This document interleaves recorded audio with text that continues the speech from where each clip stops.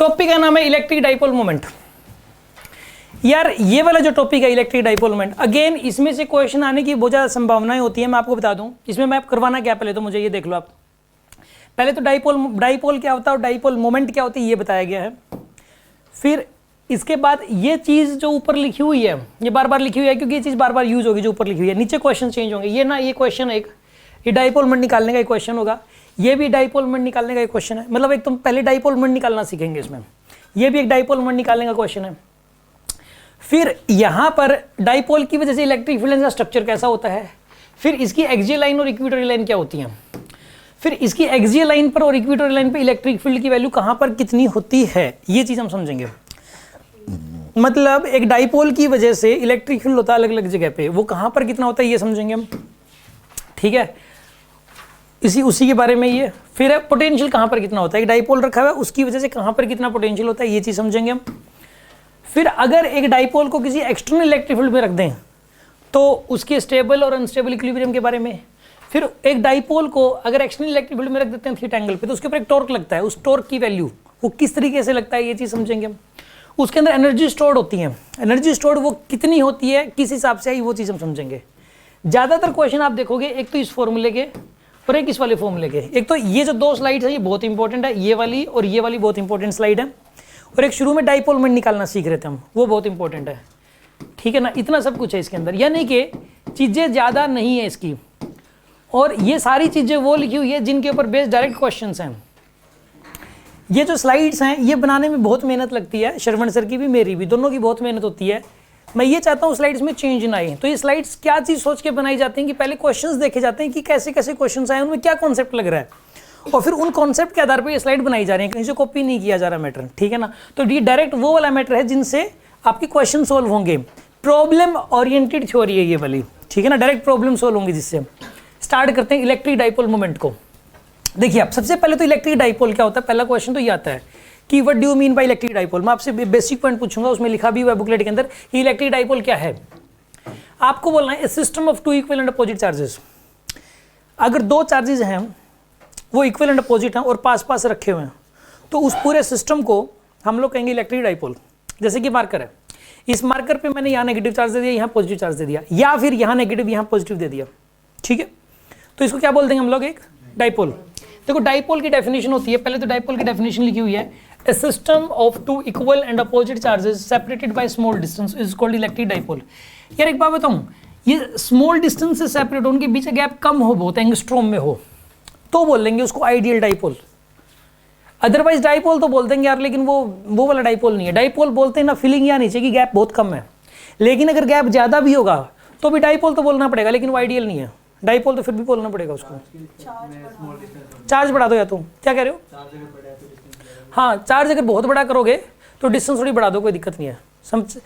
मतलब चार्जेस के रिस्पेक्ट में, ठीक है ना, वो गैप होना चाहिए। अब जैसे कि यहाँ पर जो नेचुरल डाइपोल्स होते हैं, HCl का मोलिक्यूल है Na+Cl- NaCl है, जैसे ये नेचुरल डाइपोल्स हैं जो नेचर में बने हुए हैं। तो यहाँ पर जो NaCl का मोलिक्यूल होता है, सोडियम क्लोराइड जो होता है, ये इसमें Na और ये देखा कि Na वाला जो है, Na+ वाला पार्ट जो है और Cl- वाला पार्ट है, ये सीधे एक दूसरे के ऊपर नीचे नहीं है, ये इनके बीच में भी एक गैप है, ठीक है ना।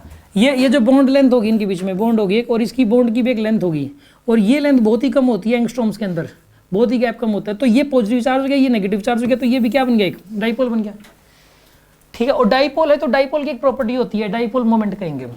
डाइपोल की खास बात क्या है कि जितना पॉजिटिव चार्ज होगा उतना ही नेगेटिव चार्ज होगा, जितना पॉजिटिव चार्ज उतना ही नेगेटिव चार्ज। अब देखो ये एक डाइपोल है, अच्छा डाइपोल ये -Q चार्ज है और ये कौन सा चार्ज है, +Q।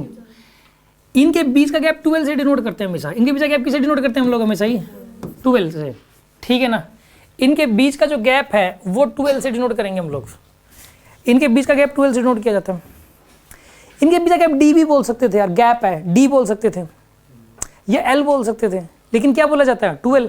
ये पूरे वर्ल्ड में है, हर स्कूल कॉलेज यूनिवर्सिटी की हर बुक के अंदर 12 है, ये स्टैंडर्ड है, 12 ही लेना पड़ेगा। आप इसको गलती से L नहीं बोल सकते, 12 ही बोलना पड़ेगा इस गैप को, ठीक है ना। और इनका एक सेंटर होता है, ये वाली डिस्टेंस क्या है L, और ये वाली डिस्टेंस भी कितनी यहाँ पे L है। ये L है और यहाँ ये यहाँ से तक की डिस्टेंस कितनी यहाँ पे L है। तो एक बात बताइए, जो डाइपोल मोमेंट होती है वो होती है charge multiply by gap between charges. क्या होती है dipole moment? Charge multiply by, और ये पॉजिटिव वाला चार्ज लेना आपको। कौन सा चार्ज लेना आपको? ये, क्योंकि ये मैग्नीट्यूड निकाल रहे हैं। डाइपोल मोमेंट को P से डिनोट करते हैं। Dipole moment is noted bye P। Dipole moment को किससे डिनोट करते हैं? P से। और इसकी डाइपोल मोमेंट क्या होती है? पॉजिटिव वाला charge multiply by gap. Positive वाला चार्ज मल्टीप्लाई बाय गैप। और गैप को क्या लिख सकते हो आप लोग बताइए? 12। गैप को क्या लिख सकते हैं हम लोग? 12 लिख सकते हैं। यहाँ पे Q इंटू 12, यहाँ पे ये आ जाएगी डाइपोल मोमेंट। डाइपोल मोमेंट हो जाएगी Q इंटू 12 के बराबर, ठीक है ना। ये डाइपोल मोमेंट हो जाएगी Q इंटू 12 के बराबर आ जाएगी डाइपोल मोमेंट। ध्यान रखिए आपकी, सुनो आप देखो, यहाँ पे मैंने दो ही बातें बताई हैं कि एक तो डाइपोल क्या होता है कि डाइपोल मोमेंट क्या होता है, दोनों अलग अलग हैं। डाइपोल तो सिस्टम को बोलते हैं। डाइपोल किसको बोलते हैं? और डाइपोल मोमेंट उसकी प्रॉपर्टी है। डाइपोल मोमेंट उस सिस्टम की एक प्रॉपर्टी है। सिस्टम क्या है यहाँ पे? System of two equivalent opposite charges, this is called dipole. सीधी सी बात ये है। और डाइपोल मोमेंट क्या? उसकी एक प्रॉपर्टी है। उस प्रॉपर्टी की न्यूमेरिकल वैल्यू निकाली जा सकती है। उस प्रॉपर्टी की न्यूमेरिकल वैल्यू होती है Q into gap, charge multiply by gap, positive charge multiply by gap, या फिर Q इंटू 12 कर दो मैथमेटिकली, Q इंटू 12 बोल दो। समझ में आई बात आपको? अब सुनो, ऐसा यूनिट ऑफ डाइपोल होती है, देखो चार्ज की यूनिट क्या होती है? कूलम। इसकी ऐसा यूनिट क्या होती है? मीटर। तो कूलम मीटर इसकी ऐसा यूनिट है। इसकी ऐसा यूनिट क्या है यहाँ पे? Coulomb metre. या फिर debye, 1 coulomb metre is equals to 1 debye होता है। 1 कूलम मीटर किसके बराबर होता है? 1 डिबाई। 2 यूनिट है, कूलम मीटर भी इसकी यूनिट है और डिबाई भी इसकी यूनिट है, और 1 कूलम पर मीटर 1 डिबाई के बराबर हो जाता है, ठीक है ना। It is a vector quantity. हाँ जी, डाइपोल मोमेंट क्या है? एक वेक्टर क्वांटिटी है। साइंटिस्ट लोगों ने इसको डिफाइन किया कि ये वेक्टर है तो वेक्टर है। अब इसकी डायरेक्शन की बात करते हैं। इसकी डायरेक्शन हमेशा -q से प्लस किस तरफ हो जाएगी? इसकी डायरेक्शन ऐसे, डायरेक्शन इस तरफ हो जाएगी, -q से +q की तरफ। इसकी डायरेक्शन जो होगी, direction of a dipole moment is always from negative charge to positive charge हो जाएगी, ठीक है ना। नेचुरल इलेक्ट्रिक डाइपोल्स, ये नेचुरल डाइपोल्स हैं, ठीक है। इतना ही स्लाइड के अंदर। हाँ जी, इस वाली स्लाइड में किसी को डाउट? कुछ समझ लो, कितनों को समझ में आ गई स्लाइड? हाँ जी, कोई डाउट? समझ में आ गया सभी को? आई थिंक जब तक आपको समझ नहीं आता मेरी गलती है। एक बार समझ आ गया उसके बाद ये आपको याद नहीं है तो फिर आपको पता ही है, समझदार हो आप। आगे बढ़े ना। सिंपल इन्फॉर्मेशन है। मैं आपसे 1 मिनट बाद पूछूंगा, अभी आपसे पूछूंगा, याद कर लो। याद करने वाला पार्ट है इसके अंदर। 12 क्यों लेते हैं आपको थोड़ी देर में समझ में आ जाएगा, क्योंकि डिस्टेंस से मेजर, सेंटर से मेजर करते हैं। तो वो सेंटर अब डाइपोल से करके लेते हैं, मतलब जैसे सेंटर है और एक पर्टिकुलर चार्ज है तो उनके बीच की L है, हाँ, और 2 चार्ज हैं तो उनके बीच की 2L ऐसे। दोनों चार्जेस के बीच का गैप 12 मान लेते हैं, जो भी है। मान लो 4 एंगस्ट्रॉम है इनके बीच का गैप। कितना है? मान लो 4 एंगस्ट्रॉम। तो यहाँ पे कोई पूछेगा ना L की वैल्यू 2 एंगस्ट्रॉम हो जाएगी, L की वैल्यू, ठीक है ना। इसका रीजन अभी आपको समझ में आ जाएगा, क्योंकि ना इस डाइपोल की वजह से जब भी किसी पॉइंट पे इलेक्ट्रिक फील्ड निकाल लोगे ना, तो डिस्टेंस कौन से वाले चार्ज से ले हम लोग? इस नेगेटिव चार्ज से डिस्टेंस माने कि पॉजिटिव वाले चार्ज से डिस्टेंस माने? तो सेंटर से डिस्टेंस मानते हैं। तो एक सेंटर पॉइंट को कंसीडर करना ही पड़ता है बीच में हर बार। तो सेंटर पॉइंट को कंसीडर करेंगे अगर हर बार, तो सेंटर और यहाँ तक की डिस्टेंस कुछ लेनी पड़ेगी। और यहाँ से लेके कोई मान लो L/2 लेने लगे तो कैलकुलेशन वगैरह में कोई दिक्कत हो रही थी उनको, ठीक है। कन्फ्यूजन आ रहा था कुछ एक्सप्लेनेशन में, इसलिए LL मान लिया गया बस। उन्होंने अपनी कन्वीनियंस के हिसाब से मान लिया उन्होंने, वो तो हमें मानना पड़ेगा। हाँ जी, मैं क्वेश्चन क्या पूछने वाला हूँ? डाइपोल क्या होता है? अगला क्वेश्चन, डाइपोल मोमेंट क्या होता है? अगला क्वेश्चन, डाइपोल स्केलर है कि वेक्टर है? डाइपोल मोमेंट की यूनिट बताओ, डाइपोल मोमेंट का फॉर्मूला बताओ, ये वाला डाइपोल मोमेंट की डायरेक्शन बताओ, नेचुरल डाइपोल्स बताओ। ये क्वेश्चन बेसिक पॉइंट बनते हैं बहुत सारे। अभी ये भी याद कर दो आप।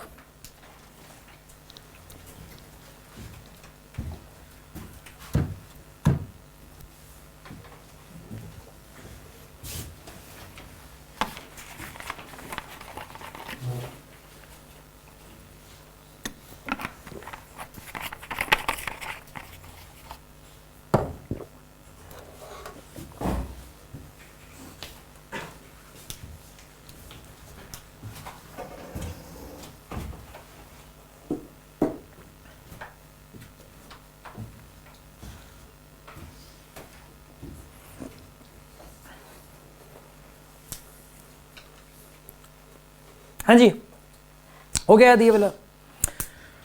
बताना आप बता दो। डाइपोल क्या होता है? डाइपोल मोमेंट क्या होता है? हाँ जी, आप बता दो। डाइपोल मोमेंट की डायरेक्शन क्या होती है? From negative charge to positive charge. हाँ भाई हार्दिक, डाइपोल बताओ, इसकी यूनिट बताओ क्या क्या होती है? क्या बात है, वाह जी वाह। हैं 25 होती है, एक और यूनिट होती है, कूलम पर मीटर होती है। क्या बात है, महान। कूलम मीटर होते हैं, पर नहीं लगता इसमें। ये सीएम लिख रखा है, सेंटीमीटर तक की जाएगी। ये तो मैंने कम से कम 4 बार बोला यार, अभी बताया, अभी कहा, याद भी कर लो, ठीक है ना। और फिर अभी भी पूछा भी जा रहा है, तभी ये हाल है। मुझे पता है ना यार, आप बच्चे कैसे हैं, तभी तो प्राइमरी सेकेंडरी बनाया है, ना तो जरूरत ही नहीं थी, मेरे को पता है। हाँ जी कशिश, नेचुरल डाइपोल्स बता कौन कौन से हैं? और भी होंगे कई सारे, ठीक है, इतने ही बहुत हैं, लेकिन ये तो बस एग्जाम्पल था ऐसे ही। ठीक है जी, आगे बढ़ते हैं। इक्वेशन सोल्व करके दिखाओ जरा, डाइपोल मोमेंट बताओ इसकी। सब कुछ ऐसा ही में लिखना है। 1 माइक्रोकूलम के अंदर 10⁻⁻⁻⁶ कूलम होते हैं, ठीक है ना। और एंगस्ट्रॉम को मीटर में कन्वर्ट कर लेना, एक एंगस्ट्रॉम में 10⁻⁻10 मीटर होते हैं। करो सॉल्व इसको।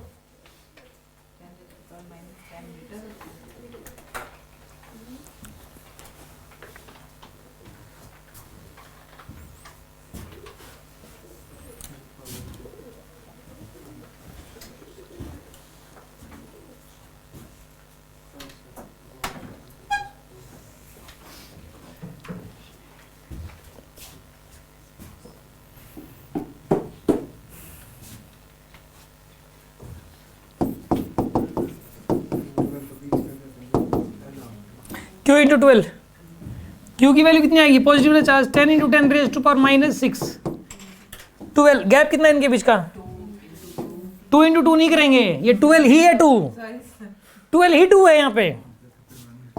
2 इंटू 10⁻⁻10 करोगे आप, सोल्व कर लो आप। 20 टू 10⁻⁻16 कूलम मीटर या डिपाई, ये आंसर है। एंगस्ट्रॉम में 7 होता है, आपने बोला था सर पहले। आपने अलग से लिख लो, when an angstrom is equal to 10⁻10 metre. और मैंने 7 बोला हो ना तो बता देना आप, रिकॉर्डिंग सुन लेना, अब रिकॉर्डिंग में आ जाएगा वीडियो में। हाँ, आपकी तो गलती नहीं है, आपको एंगस्ट्रॉम में 10⁻⁻7 मीटर सोच रही है, इसकी तो गलती ही नहीं है।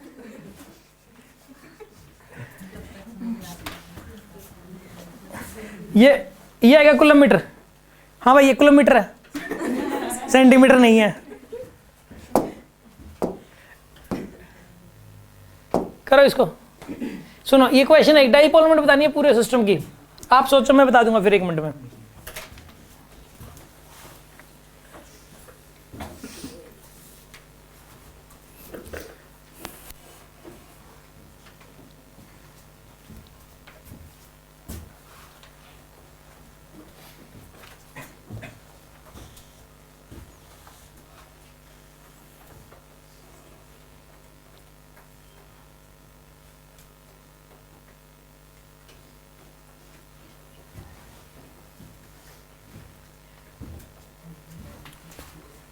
करेंगे इसको। एक काम करो, इस +2q को ना हटाओ यहाँ से, यहाँ पे ना 2 लिखो, +q लिख लिए 2 +q। एक पेयर तो बना लो ये वाला -q और +q का, एक डाइपोल तो ये वाला बन गया, और एक डाइपोल ये वाला बन गया। 2 डाइपोल देखो, एक डाइपोल ये, एक डाइपोल ये। पहली बात तो ये a और a है, तो ये लेंथ कितनी आएगी यहाँ पे? √2a। ये लेंथ भी कितनी हो जाएगी यहाँ पे? अब ये वाला जो डाइपोल है इतना, ठीक है, यहाँ पे जो ये वाला डाइपोल है इतना, ये वाला डाइपोल, ये इसकी डायरेक्शन होगी -q से +q। डायरेक्शन क्या हो जाएगी इसकी? -q से, ये डाइपोल मोमेंट आएगी q इंटू में √2a। इसकी डायरेक्शन क्या आएगी? -q से +q। इसकी डाइपोल मोमेंट भी क्या आएगी? q into √2a। इसकी डायरेक्शन आ जाएगी इस तरफ, q इंटू √2a, और इसकी भी डायरेक्शन इस तरफ है। ये डायरेक्शन को ना आगे शिफ्ट कर सकते हो, कोई फर्क नहीं पड़ता इससे ऐसे। अब मुझे एक बात बताओ, ये वाला एंगल देखो, ये वाला एंगल कितना है? 45। ये ए आई, ये तो ये भी सुना आप, तो ये भी कितना हो जाएगा? 45। ऐसे ये 45 है, तो ये वाला भी कितना हो जाएगा? 45। ये पूरा 180 है, तो ये वाला एंगल कितना हो जाएगा? 90। यार यहाँ पे दो डाइपोल मोमेंट है, एक इस तरफ है एक इस तरफ है, और इनके बीच का एंगल है 90 डिग्री। ये डाइपोल मोमेंट है P और ये भी P हो जाएगी, तो नेट डाइपोल मोमेंट कितनी आएगी, P नेट की वैल्यू √2P आ जाएगी आपके पास, √2 P की वैल्यू कितनी आ जाएगी यहाँ पे, Q इंटू √2 आएगा, Q इंटू √2 है। तो आंसर क्या आएगा इसका 2QA, और ये नेट ऊपर की तरफ आएगा J cap, 2QA J cap answer आ जाएगा। हाँ जी, बात समझ में आएगी नहीं आई आपको, कोई शक किसी को इस बात में? इसमें देखो खास बात क्या है, तो चार्ज को दो पार्ट्स में डिवाइड कर लिया। एक पता है डाइपोल की खास बात है, एक नेगेटिव और पॉजिटिव का पेयर बनेगा, ऐसे एक नेगेटिव और एक पॉजिटिव का पेयर, पॉजिटिव का पेयर कभी नहीं बनता, नेगेटिव का कभी नहीं बनता, एक पॉजिटिव और एक नेगेटिव का पेयर बनेगा। तो हर पेयर की डाइपोल मोमेंट निकाल लो, उनकी डायरेक्शन अलग अलग हो सकती हैं, ठीक है ना, तो रिजल्टेंट निकल जाएगा उस तरीके से। ये कोई डाउट है किसी के मन में? अगला डिस्कशन, ये वाला क्वेश्चन करके दिखाओ जरा।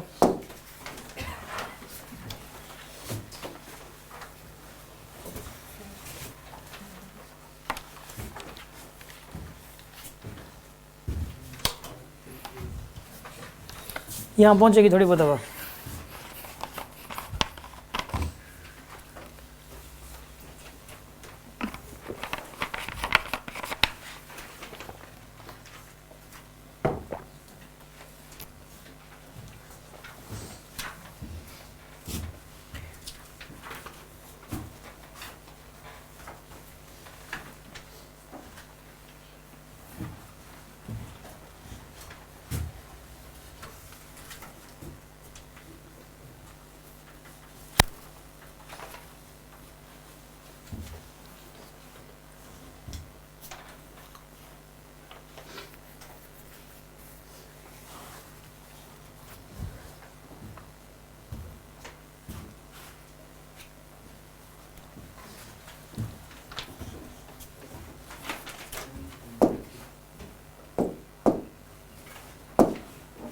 करें जी, देखो सुन आप, ये जो -3Q है ना, इसके तीन पार्ट कर दो, इसको हटाओ पहले तो, -Q और बना लिए तीन पार्ट। एक तो पेयर ये वाला बन जाएगा, एक पेयर ये वाला बन जाएगा, और एक पेयर ये वाला बनेगा, तीन बना लो आप, ठीक है। एक पेयर तो जी ये वाला बन गया, ये वाला गैप कितना होगा, √2a। एक पेयर ये वाला बन गया, गैप कितना इनके बीच का, 2m, और एक ये वाला गैप बन गया, कितना ये कितना आएगा यहाँ पे, डायरेक्शन इधर होगी, इसकी डायरेक्शन इधर हो जाएगी, इसकी डायरेक्शन इधर हो जाएगी, ठीक है। अच्छा ये बताओ, ये वाला एंगल कितना है यहाँ पे, 45, इधर भी कितना एंगल है, 45। यार सुनो, एक तो डाइपोल मोमेंट इस तरफ आएगी, एक इस तरफ आएगी, और एक इस तरफ आएगी। ये वाला एंगल कितना है, 45। ये वाला एंगल कितना है, ये वाली डाइपोल मोमेंट हो जाएगी Q इंटू √2a, मतलब √2QA आएगी ये डाइपोल मोमेंट।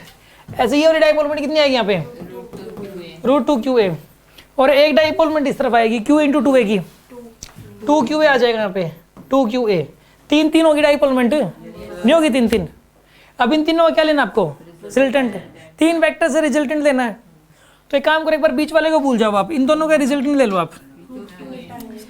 इन तीनों का जो रिजल्टेंट आएगा, इन दोनों का रिजल्टेंट तो बीचों बीच आएगा, और एंगल कितना है इसके और इसके बीच का, 90।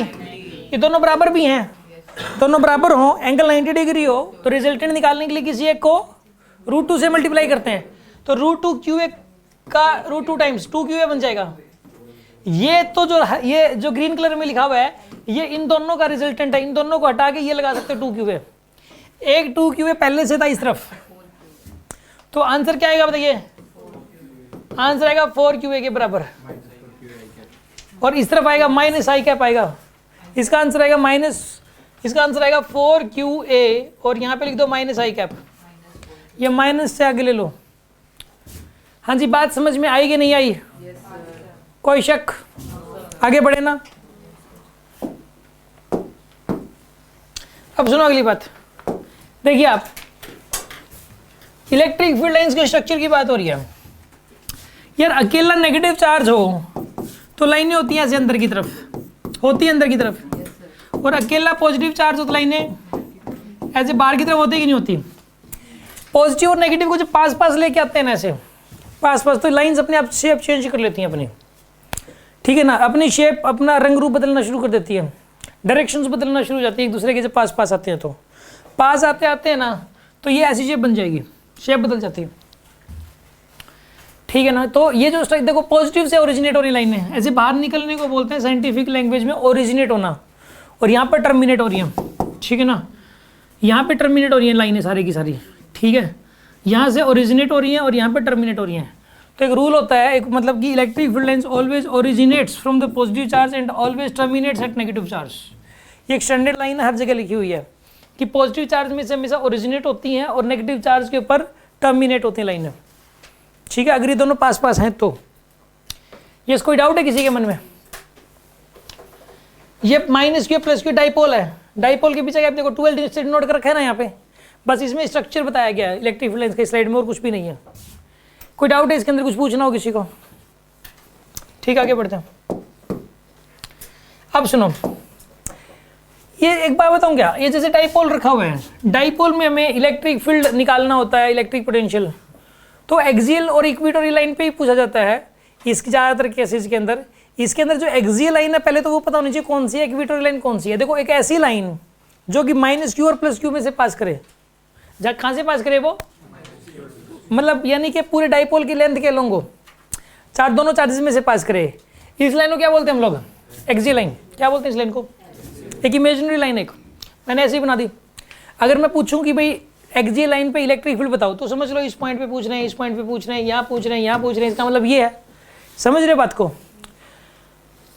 यहाँ इनके बीच में कभी नहीं पूछेगा क्योंकि इनके बीच का गैप ऑलरेडी बहुत कम है, इसका मतलब यहाँ नहीं है। एक्सियल लाइन का मतलब यहाँ नहीं होता, इनके अंदर HCl मॉलिक्यूल के अंदर घुस के देखोगे आप। ठीक है ना, तो यहाँ नहीं होता, इसका मतलब इधर या इधर पूछा गया। एक्सियल लाइन पे पूछने का मतलब ये है, एग्जाम में आ जाएगी एक्सियल लाइन पे इलेक्ट्रिक फील्ड बताओ तो आप समझ जाओगे ना कहाँ पूछा गया है। ठीक है, यहाँ माइनस क्यू रखा हुआ है, यहाँ प्लस क्यू रखा हुआ है, तो एक्सियल लाइन कौन सी बनेगी? ये लाइन बनेगी एक्सियल लाइन। समझ रहे हो बात को? और एक्सियल लाइन पे मतलब यहाँ पे बताओ, यहाँ पे बताओ, इसका मतलब ये है। ठीक है जी, अच्छा अब सुनो, ये जो बीचों बीच लाइन जो पास हो रही है डाइपोल के परपेंडिकुलरली, ठीक है ना, ये जो बीचों बीच पास हो रही है कौन सी लाइन है? Equatorial line. जो सेंटर से पास हो रही है, इसके जो सेंटर से पास हो रही है वो कौन सी लाइन है बताइए? इक्वेटोरियल लाइन है। तो पहले तो एक्सियल लाइन का मतलब क्या है, इक्वेटोरियल लाइन का मतलब क्या है? इमेजिनरी लाइंस होती हैं ये वाली, इनका मतलब पता होना चाहिए तो पहले आपको। तो इस स्लाइड में यही बताया गया कि एक्सियल लाइन का मतलब क्या है और इक्वेटोरियल लाइन का मतलब क्या है। बस इसके अंदर सुनो, आप लिख रखा है axial line is the line which is passing through the positive and negative charges, जो कि पॉजिटिव और नेगेटिव चार्ज में से पास करे उसको बोलते हैं axial line. And the point lies on that line is called axial position, axial point. इस पॉइंट को क्या बोलोगे आप? Axial point. इस पॉइंट को भी क्या बोलोगे? Axial point. इस पॉइंट को भी एक्सियल पॉइंट, एक्सियल पॉइंट। आगे बात समझ में आपको? Equatorial line is the perpendicular line to the line passing through the positive and negative charge.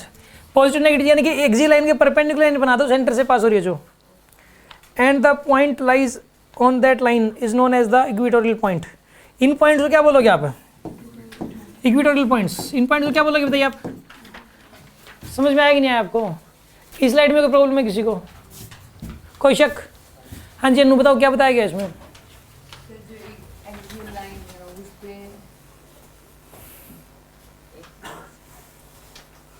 Sir axial line वो होती है जो मतलब Q से और माइनस Q से और पॉजिटिव जो Q चार्ज है उन दोनों के बीचों बीच जाए।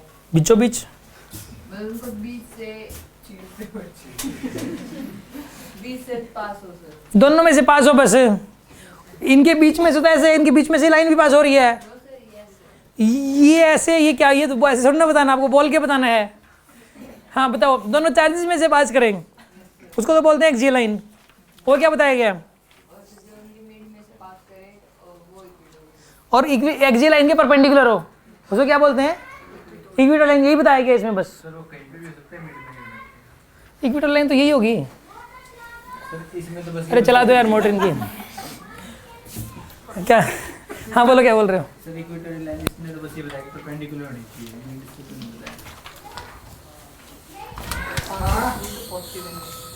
कौन संतोष है क्या? हाँ यहाँ पे ऐसे equatorial line is the perpendicular line passing through the positive and negative charges, पर वो तो मतलब उन दोनों के बीच में से कहाँ पास हो गई वो तो सेंटर ये थोड़ा ना अच्छा नहीं लिखा हुआ, मतलब जो है ना, ये बोलना चाहिए था एक ऐसी लाइन जो एक्जी लाइन के परपेंडिकुलर हो और डाइपोल के सेंटर में से पास हो, ये प्रॉपर होती लैंग्वेज। बीच में से पास। हाँ बिल्कुल ठीक है, ऐसे होना चाहिए था। ये एज इट इज़ मैं सोच ही रहा था, मैंने इस पे नेट पे इसके बारे में डाला, ये एज इट इज़ आ गया, मैंने बहुत अच्छा लिखा, मैंने बिना पढ़े इसी को कॉपी करवा दिया। ठीक है ना, नेट पे फिर प्रॉब्लम यही होती है। लास्ट क्लास में जो बताया गया पहले उसको रिवाइज करेंगे, फिर जो कंप्लीट करते हैं। आपको ये बताया गया था कि इलेक्ट्रिक डाइपोल क्या होता है। A system of two equivalent opposite charges को इलेक्ट्रिक डाइपोल बोलते हैं। एक ऐसा सिस्टम जिसमें दो चार्जेस इक्विवेलेंट अपोजिट हो और उनके बीच गैप कम हो, उसको इलेक्ट्रिक डाइपोल कहेंगे। डाइपोलमेंट होता है पॉजिटिव चार्ज इंटू में गैप बिटवीन चार्जेस, ठीक है ना, यानी Q इंटू 12, चार्जेस के बीच गैप 12 से डिनोट करते हैं हम लोग, ठीक है। और इसकी यूनिट होती है कूलम मीटर या फिर डिपाई। इसकी डाइपोलमेंट की यूनिट होती है कूलम मीटर या फिर डिपाई। ये एक वेक्टर क्वांटिटी है और इसकी direction from negative charge to positive charge होती है। इसकी डायरेक्शन जो होती है वो नेगेटिव चार्ज से शुरू करके पॉजिटिव चार्ज की तरफ होती है, ठीक है ना। और नेचुरल इलेक्ट्रिक डाइपोल्स होते हैं HCl NaCl।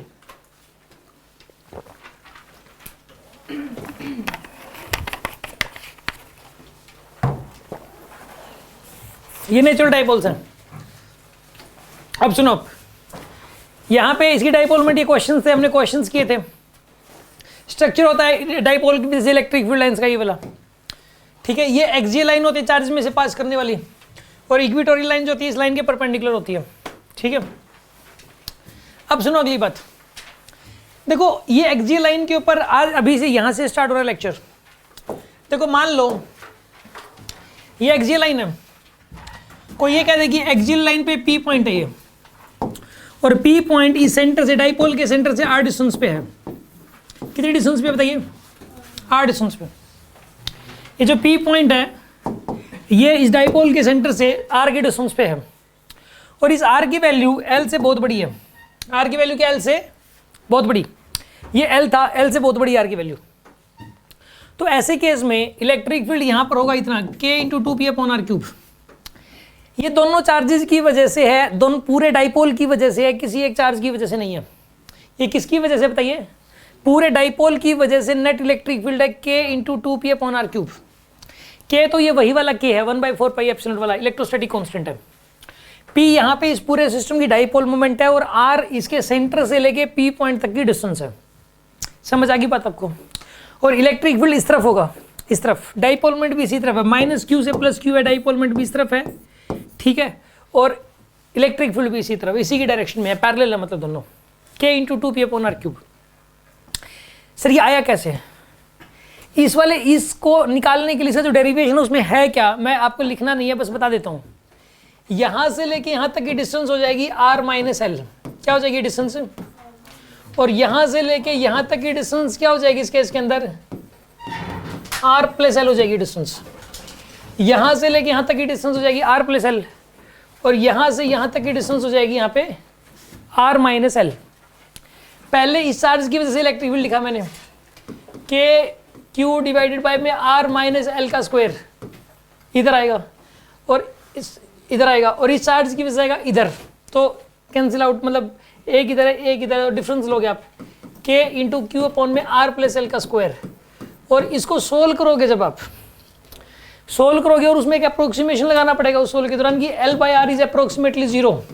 L बहुत छोटा, R बहुत बड़ा, इसलिए न्यूमरेटर बहुत छोटा है, डिनोमिनेटर बहुत बड़ा है, ये अप्रोक्सीमेशन लगेगा, और ये लगा के सोल्व करके ये आता है, ये बोर्ड्स के अंदर आता है इसका डेरिवेशन। अभी आपको सिर्फ याद करना है और ये पता होना चाहिए बस ये आया कैसे है, और इसकी कोई ज़रूरत नहीं है। समझ आ गई बात आपको? इसके अंदर जो है ना, हमें क्या होता है कि इस बात का कोई भी, जब हम थ्योरी पढ़े या कोई भी चैप्टर पढ़े, हमें उस बात का पता होना कि इसमें क्वेश्चन आएगा तो किस तरीके से पूछा जाएगा, हमें इसमें किस पोर्शन, किस बच्चे क्या करते हैं। तो जैसे ये नहीं पता होता तो उस जगह एनर्जी लगाते रहते हैं जिस जगह पे हज़ारों क्वेश्चन सोल्व करने के बाद पता लगता है वहाँ पे तो एनर्जी लगाने की ज़रूरत ही नहीं थी, ठीक है ना। ऐसी जगह पे हमारी एनर्जी लग रही थी, तो इसके अंदर इस डेरिवेशन की नीड कभी नहीं पड़ेगी, ठीक है। हाँ, ये आया कैसे, थोड़ा सा कॉन्सेप्चुअल बात है, ये मैंने आपको बताया है कि पहले इस चार्ज की वजह से इलेक्ट्रिक फील्ड निकाला मैंने, फिर इस चार्ज की वजह से निकाला, दोनों का रिजल्टेंट लिया, रिजल्टेंट के अंदर एक अप्रोक्स, क्योंकि वो जो रिजल्टेंट दोगे ना वो अजीब सा लंबा चौड़ा सा आ जाएगा, एक अजीब सी इक्वेशन बन जाती है, उसको सिंप्लीफाइड फॉर्म में करना होता है। उसको ये देखो इस सिंपलेस्ट फॉर्म में कन्वर्ट करना होता है। तो सिंपलेस्ट फॉर्म में कन्वर्ट करने के लिए L बाई आर को क्या कर देते हैं उसके अंदर 0 और सोल्व करके फिर ये बन जाता है सिंपलेस्ट फॉर्म में। अगर ये ना करें L बाई आर को पर तो वो कॉम्प्लिकेटेड फॉर्म में रहेगा, फिर आपको याद करना भी मुश्किल हो जाएगा उस चीज़ को, फिर वो सोल्व भी नहीं कर पाओगे उसका यूज़ करके। इससे बढ़िया तो फिर अलग अलग चार्जेस की वजह से निकाल के हमेशा ही रिजल्टेंट ही निकाल लो, फिर तो उससे बढ़िया उसको याद करने से बढ़िया तो ये है फिर। इसलिए ये वाला फॉर्मूला जनरेट हुआ। याद रखिए आप कि एक्सियल लाइन के ऊपर एक डाइपोल है, तो डाइपोल की एक्सियल लाइन पर इलेक्ट्रिक फील्ड होता है k इंटू 2p/r³। और डायरेक्शन जो डाइपोल की डायरेक्शन है, मतलब डाइपोल मोमेंट की जो डायरेक्शन है वही इलेक्ट्रिक फील्ड की डायरेक्शन भी हो जाएगी। जो डाइपोल मोमेंट की डायरेक्शन है वही इलेक्ट्रिक फील्ड की डायरेक्शन हो जाएगी। ऐसे ही इस क्यू पॉइंट के ऊपर भी इलेक्ट्रिक फील्ड की डायरेक्शन ये वाली हो जाएगी। यहाँ पे जो डाइपोल मोमेंट की डायरेक्शन है वही इलेक्ट्रिक फील्ड की डायरेक्शन हो जाएगी। समझ में आ रही है बात आपको? और फॉर्मूला वही रहेगा k इंटू 2p/r³। नीचे r³ आता है, पहली बार क्यूब आया इसमें। वैसे जितने भी इलेक्ट्रिक फील्ड के फॉर्मूले सब में r² आता है तो इसमें भी स्क्वायर ही। पता है कैसे? क्योंकि देखो p को क्या लिख सकते हो आप, q इंटू 12। p को क्या लिख सकते हो आप, q इंटू 12। तो ये L एक प्रकार का r है। ये क्या ये एक प्रकार का r एक प्रकार का ये एक प्रकार की लेंथ है, और ये नीचे r ये भी तो लेंथ ही होती है। तो एक लेंथ से एक लेंथ कैंसिल हो जा रही है एक प्रकार से, इसलिए अल्टीमेटली स्क्वायर ही बन रहा है वैसे देखा जाए तो, यूनिट वाइज और डायमेंशन वाइज सोचा जाए तो। क्योंकि देखो इलेक्ट्रिक फील्ड होता है k/r²। तो इसकी जो यूनिट और डायमेंशन, यहाँ से जो इलेक्ट्रिक फील्ड की यूनिट एंड डायमेंशन बननी चाहिए, यहाँ से भी वही वाली बननी चाहिए, बनेगी वही वाली, क्योंकि ऊपर L है तो नीचे r³ होना जरूरी है। आगे बात समझ में आपको? तो एक तो इसमें याद करने वाली बात यह है कि एक्सियल लाइन पे जो इलेक्ट्रिक फील्ड होता है उसमें नीचे r³ आता है। अब मैं बेसिक पॉइंट जब आपसे पूछूंगा तो बहुत सारे बच्चे इसी में गलती करने वाले हैं, r² बोल देंगे। ठीक है, r³, ये बात याद रखें कि इसमें अकेले r³ होता है। और एक और गलती करते हैं, ऊपर इसमें p है, q नहीं है। सारे फॉर्मूलों में ऊपर q होता है, इसमें ऊपर p है। एक बात याद रखनी है। एक इसके अंदर डायरेक्शन की तरह गड़बड़ी कर देते हैं। डायरेक्शन, डाइपोल मोमेंट की डायरेक्शन इधर है, इलेक्ट्रिक फील्ड भी इधर है, सेम डायरेक्शन। मैं ये बोल देता हूँ कि एक्सियल लाइन पे इलेक्ट्रिक डाइपोल मोमेंट और इलेक्ट्रिक फील्ड के बीच का एंगल 0 डिग्री, दोनों सेम डायरेक्शन में है। ये चीज़ अगली स्लाइड में लिखी हुई मैं बता दूंगा, समझा दूंगा दोबारा से। अच्छा, इस पॉइंट पर भी इलेक्ट्रिक फील्ड इस तरफ है, k इंटू 2p/r³। अब सुनो, बात करते हैं इक्वेटोरियल लाइन पे इलेक्ट्रिक फील्ड की वैल्यू। हम इलेक्ट्रिक फील्ड इक्वेटोरियल लाइन पर डिस्कशन कर रहे हैं। देखिए अब आप इक्वेटोरियल लाइन के ऊपर सुनो, आप इसका आधा होता है, जितना यहाँ पर है उसका आधा kp/r³। ये था k इंटू 2p/r³, यह है kp/r³, आधा इसका। लेकिन डायरेक्शन, डाइपोल मोमेंट इधर है, इलेक्ट्रिक फील्ड इधर होगा। और r क्या है यहाँ पे, r सेंटर से लेके यहाँ तक की डिस्टेंस है यार। ठीक है, यहाँ पे जो ये जो r लिखा हुआ है, यहाँ पे जो r लिखा हुआ है, ये वाली डिस्टेंस r यहाँ से लेके यहाँ तक की। ठीक है, इलेक्ट्रिक फील्ड इस तरफ हो जाएगा kp/r³ के बराबर। डाइपोल मोमेंट इस तरफ है, इलेक्ट्रिक फील्ड इस तरफ होगा। अगर इस पॉइंट पे निकालना है तो इलेक्ट्रिक फील्ड इसी तरफ हो जाएगा, इस पॉइंट पे भी इलेक्ट्रिक फील्ड इस तरफ हो जाएगा, इस पॉइंट पे भी इस तरफ। देखो ये एरोज भी, इलेक्ट्रिक फील्ड लाइंस भी गई है, यहाँ पे इलेक्ट्रिक फील्ड इस तरफ हो जाएगा। जैसे इस पॉइंट पे निकालना है तो यहाँ से लेके यहाँ तक ये लोग यार, और यहाँ पर भी जो r है वो L से बहुत बड़ा है, यहाँ पर भी r L से बहुत बड़ा है। सर इसका डेरिवेशन कैसे हुआ है? मतलब सिर्फ डेरिवेशन करना नहीं, हमें तरीका पता लग जाएगी ओरिजिनेशन कहाँ से हुआ है इसका ओरिजिनेशन कहाँ से हुआ है, बस ये थोड़ा सा आइडिया होना जरूरी होता है। देखो इसके अंदर बेसिकली जो डेरिवेशन करते हैं ना, मतलब जो टीचर्स वो इसलिए करते हैं कि उनको ना ये बताना होता है कि ओरिजिनेट कहाँ से हुआ है ये चीज़। ठीक है, हल्का सा आइडिया तो हो कि शुरुआत कहाँ से हुई है, ये फॉर्मूले बनने की शुरुआत। बीच में जो मैथमेटिक्स का पार्ट है वो चाहे ना करवाएं, उसे कोई दिक्कत नहीं है। देखो कहाँ से शुरुआत हुई है मैं बताता हूँ आपको। जैसे इस पॉइंट पे निकालना है, ये L है, ये L है और ये R है। इस चार्ज की वजह से इलेक्ट्रिक फील्ड इस तरफ होगा और इस चार्ज की वजह से इलेक्ट्रिक फील्ड इस तरफ होगा। दोनों की वजह से इंडिविजुअली पहले इसके डेरिवेशन में ये होता है, पहले इसकी वजह से इलेक्ट्रिक फील्ड निकलता है, फिर इसकी वजह से निकलता है। ये लेंथ L है, ये लेंथ R है, तो ये लेंथ कितनी हो जाएगी यहाँ पे, r² + L² का अंडर रूट। और ये लेंथ भी कितनी हो जाएगी यहाँ पे, r² + L² का अंडर रूट हो जाएगी। तो इस चार्ज की वजह से निकाला इलेक्ट्रिक फील्ड, फिर इस चार्ज की वजह से निकाला, फिर उन दोनों का रिजल्टेंट लिया। वो रिजल्टेंट भी एक अजीब सा आएगा, उसको ईजी करना है। ईजी करने के लिए उसमें भी L/r को क्या पुट करोगे, अप्रोक्सीमेटली इक्वल टू 0। तो आपके पास ये चीज निकल के आती है वहां से, kp/r³। मतलब ये जो इलेक्ट्रिक फील्ड निकला है ये इन दोनों का कंबाइंड इफेक्ट है, kp/r³। ये किसी इंडिविजुअल चार्ज की वजह से नहीं है। और ये जो है डाइपोल मोमेंट इस तरफ है तो इलेक्ट्रिक फील्ड इस तरफ है। मतलब और एक और बात है, इसके अंदर जो इलेक्ट्रिक फील्ड की वैल्यू है वो इक्वेटोरियल लाइन पे जो इलेक्ट्रिक एक्सियल लाइन पे जो इलेक्ट्रिक फील्ड है मैग्नीट्यूड वाइज उसका हाफ होता है, डायरेक्शन वाइज उल्टा होता है, उसका अपोजिट होता है। एक्सियल लाइन पे इलेक्ट्रिक फील्ड इधर तो इक्वेटोरियल लाइन पे इधर होता है। सुनो, मेन होता है इसमें एक्सियल लाइन और इक्वेटोरियल लाइन, मेन ये होता है, ठीक है ना। आपको जो क्वेश्चंस मिलेंगे, वैसे तो जनरल पोजीशन पे भी निकाला जा सकता है, वो मैं सेकेंडरी मैटर में करवाऊंगा क्योंकि इसे क्वेश्चन मिले ही नहीं मुझे जनरल पॉइंट पे, ठीक है ना। वो कहीं नहीं है, मतलब जैसे रेयर कोई एक मिल गया तो मिल गया, अदरवाइज मिलेंगे ही नहीं, कहीं नहीं मिलेंगे आपको जनरल पोजीशन में। जनरल पॉइंट करवा दूंगा सेकेंडरी क्लास के अंदर। आपको जो है मेनली याद करना है एक्सियल और इक्वेटर के ऊपर, एक्सियल लाइन पे और इक्वेटर के ऊपर याद करना है मेन। तो देखो यहां पर डाइपोल की एक्सियल लाइन और इक्वेटर लाइन बहुत इंपॉर्टेंट है। इस एक्सियल और इक्वेटर पे पहले तुम इलेक्ट्रिक फील्ड समझ रहे हैं, फिर इलेक्ट्रिक पोटेंशियल समझेंगे, ठीक है ना। तो यहां पर एक्सियल के ऊपर देखो, अब याद करने वाली बात क्या आप समझ लो, ठीक है ना। पहले तो इसी को पढ़ लेते हैं एक बार। Axial line is the line which is passing, तो एक्सियल लाइन इक्वेटर लाइन के बारे में बता रखा है इसमें तो, ठीक है। हाँ जी, डाइपोल के बीच में इलेक्ट्रिक फील्ड अगर निकालना हो तो, जैसे इन दोनों के बीच में। इसने ये बोला कि सर डाइपोल के बीच में यहाँ निकालना हो, तो यहाँ निकालने के लिए कभी नहीं बोलेगा। अगर बोल दे सर, नहीं बोलेगा, लेकिन बोल दिया सर, तो ये डाइपोल का क्वेश्चन ही नहीं है। फिर आप इंडिविजुअल चार्ज की वजह से निकाल लो, फिर नॉर्मल इलेक्ट्रिक फील्ड निकाल लो, पहले उस चार्ज की वजह से, फिर उस चार्ज की वजह से, फिर निकाल लो। और इस डाइपोल के कारण एक और डाइपोल दे दिया, उस पे निकालना पड़े तो वो देखो सुनो आप, इलेक्ट्रिक फील्ड तो किसी पॉइंट पे निकलता है, पहली बात तो ये है। डाइपोल, एक डाइपोल का दूसरे डाइपोल पर इलेक्ट्रिक फील्ड, बताओ ये क्या मतलब है? ये तो मतलब ही नहीं है। क्वेश्चन था सर। इस टाइप का क्वेश्चन क्या था वो मैं बता देता हूँ, वही बता रहा था मैं। वो था फोर्स इंटरेक्शन, बिल्कुल, कि एक डाइपोल दूसरे डाइपोल पे फोर्स कितना लगाएगा, वो था, क्या था, 6 K इंटू 6P1P2 अपॉन में R⁴, बिल्कुल ये था। ये एक फॉर्मूला, एक जनरल इस टाइप का क्वेश्चन मतलब मिलेगा, ये भी मैं सेकेंडरी के अंदर ही बताऊंगा, रूटीन में क्वेश्चंस नहीं है इसके, पूरी बुक में कोई एक ही क्वेश्चन मिलेगा आपको। ये जो फॉर्मूला है और वो भी होता है, फिर उसमें भी डाइपोल किस तरीके से रखे हुए हैं, ये एक तो वो पैरेलल हैं, या फिर वो दोनों पैरेलल एंटी पैरेलल है, या फिर दोनों पैरेलल हैं एक दूसरे, ऐसे हैं, पैरेलल हैं और ऐसे हैं, और एक एक्सिस के लूंगा, एक अलग अलग एक्सिस के लूंगा, दो होते हैं। ये मैं करवाता हूँ अक्सर ये चीज़, ठीक है ना। मैंने ये चीज़ को, इस चीज़ को प्राइमरी में हटा दिया, बस मैं करवाता हूँ। लेकिन अब सुनो, इसके अंदर जो है यहाँ पे, अब खैर एक बार इस चीज़ के ऊपर कॉन्सेंट्रेट करो आप। एक बार हम डाइपोल की ये बुकलेट पूरी करते हैं, फिर जितना मर्जी पढ़ लेंगे हम लोग, ठीक है ना। एक बार डाइपोल की बुकलेट करेंगे, आप जिस मर्जी लेवल तक, जितने मर्जी कॉन्सेप्ट, हम सब कुछ कर लेंगे। एक बार बस ये समझें। अब सुनो, देखिए आप, अब ध्यान से सुनो। अल्टीमेटली याद क्या करना है अब आपको? अल्टीमेटली जो चीज़ याद करनी है वो सुन लो आप।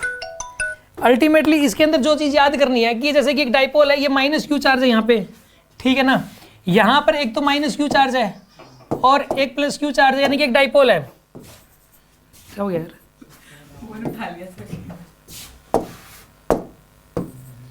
ये -Q चार्ज है यहाँ पे, और यहाँ पे कौन सा चार्ज है? +Q चार्ज है। ये -Q चार्ज है, +Q चार्ज है, ये एक डाइपोल है। इस डाइपोल की क्या हो गया आप लोगों को? क्या दिक्कत है? वो जानबूझ के उठाया ताकि सामने वाले को पता लग जाए मैं क्लास में हूँ, ठीक है। कई लोग समझदार जो फ़ोन करते हैं मेरे पास, मैं उनके फ़ोन उठा के रख देता हूँ बस। अब पीछे से आवाज़ आती रहती है इसमें से वो अलग है। देखो इसके अंदर जो है ना, ये जो जानकार होते हैं वो करना पड़ता है, अनजान का मैं काट ही देता हूँ। यहाँ +Q और यहाँ पे -Q चार्ज है। यहाँ पे ये एक्सियल लाइन है, एक्सियल लाइन पे इलेक्ट्रिक फील्ड होता है K × 2P/r³, ठीक है। और ये भी K / 2P/r³।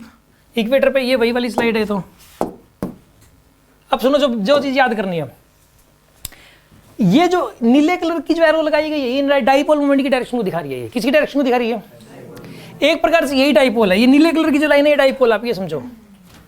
और इसकी डायरेक्शन इस तरफ है, इसकी डायरेक्शन इस तरफ है, -Q से +Q, ये डायरेक्शन इसकी। ये कौन सी लाइन है बताइए? यहाँ पे एक्सियल लाइन है ये वाली। इसके अंदर यहाँ पे स्ट्रक्चर बनाया हुआ था पिछले वाले केस में, इसमें स्ट्रक्चर नहीं है, बस इस बात का फर्क है। पहले स्ट्रक्चर था, अभी स्ट्रक्चर नहीं है। इलेक्ट्रिक फील्ड K × 2P/r³, यहाँ KP/r³। अच्छा एक और चीज़ सुनो आप, एक्सियल लाइन पे बताइए क्या होगा? एक्सियल लाइन के ऊपर डाइपोल मोमेंट और इलेक्ट्रिक फील्ड पैरेलल है एक दूसरे के। ये कैसे हैं, ये वाली बात समझ में आना जरूरी है। ये कैसे हैं? एक्सियल लाइन पे इलेक्ट्रिक फील्ड इस तरफ और डाइपोल मोमेंट भी इस तरफ। इस पॉइंट पे इलेक्ट्रिक फील्ड इस तरफ, डाइपोल मोमेंट भी इस तरफ है। ये आ जाएगा आपके पास। इक्वेटर पे बताइए क्या हो जाएगा? एंटी पैरेलल है। डाइपोल मोमेंट इस तरफ, इलेक्ट्रिक फील्ड इस तरफ, ये यहाँ पे एंटी पैरेलल है, ठीक है ना। इक्वेटर पर जो इलेक्ट्रिक फील्ड आएगा वो एक्सियल पे इलेक्ट्रिक फील्ड डिवाइड बाय 2 कर सकते हो आप। मैग्नीट्यूड दिख रखा है, ये मैग्नीट्यूड दिखना जरूरी है क्योंकि डायरेक्शन का पंगा है इसमें। सामने वाले वेक्टर क्वांटिटी ना सोच ले इसको प्रॉपर। तो देखा जाए तो ये होता है, स्टैंडर्ड बनाओगे तो ये इक्वेटर वेक्टर लगा दिया इसके ऊपर, minus sign of E axial by में 2, ये होता है, माइनस साइन लगेगा यहाँ पे। क्यों लगेगा? क्योंकि इसकी डायरेक्शन इधर है, इसकी डायरेक्शन इधर है, इसलिए लगेगा, इसलिए मैग्नीट्यूड लिख दिया इसके अंदर। और इसमें ध्यान रखना, इन फॉर्मूलों में चारों ये जो लिख रखे हैं, इनमें आर जो है ना, आर एल से बहुत बहुत बड़ा है। आर क्या एल से बहुत बहुत बड़ा है।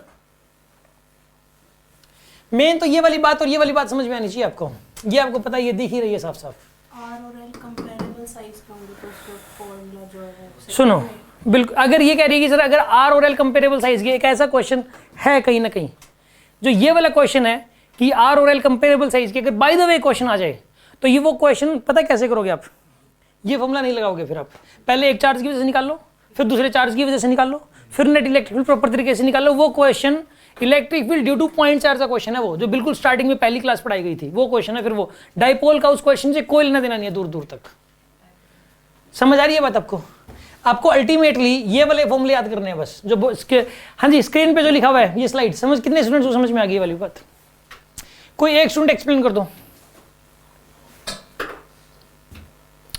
हाँ जी, आप ही एक्सप्लेन कर दो, क्या समझा इसमें? हाँ जी। सर इसके अंदर हमें एक्सियल और इक्वेटोरियल लाइन पे डाइपोल की डायरेक्शन बताई है। अगर एक्सियल लाइन की बात करें तो डाइपोल और इलेक्ट्रिक फील्ड की डायरेक्शन एक तरफ होती है, वो पैरेलल होते हैं। बिल्कुल, एक्सियल पे डाइपोल मोमेंट डाइपोल और देखो डाइपोल मोमेंट तो इधर ही रहेगी, चाहे एक्सियल पे देखो, चाहे इक्वेटर पे देखो, चाहे जनरल पोजीशन पे देख के हिसाब से देखो। नेगेटिव से पॉजिटिव चार्ज की तरफ। देखो डाइपोल मोमेंट तो इसी तरफ है, चाहे इस पॉइंट से देखो, चाहे इस पॉइंट से देखो, चाहे इस पॉइंट से देखो, चाहे इस पॉइंट से देखो, कहीं से देखो, वो तो डायरेक्शन इस तरफ है, तो है इस तरफ।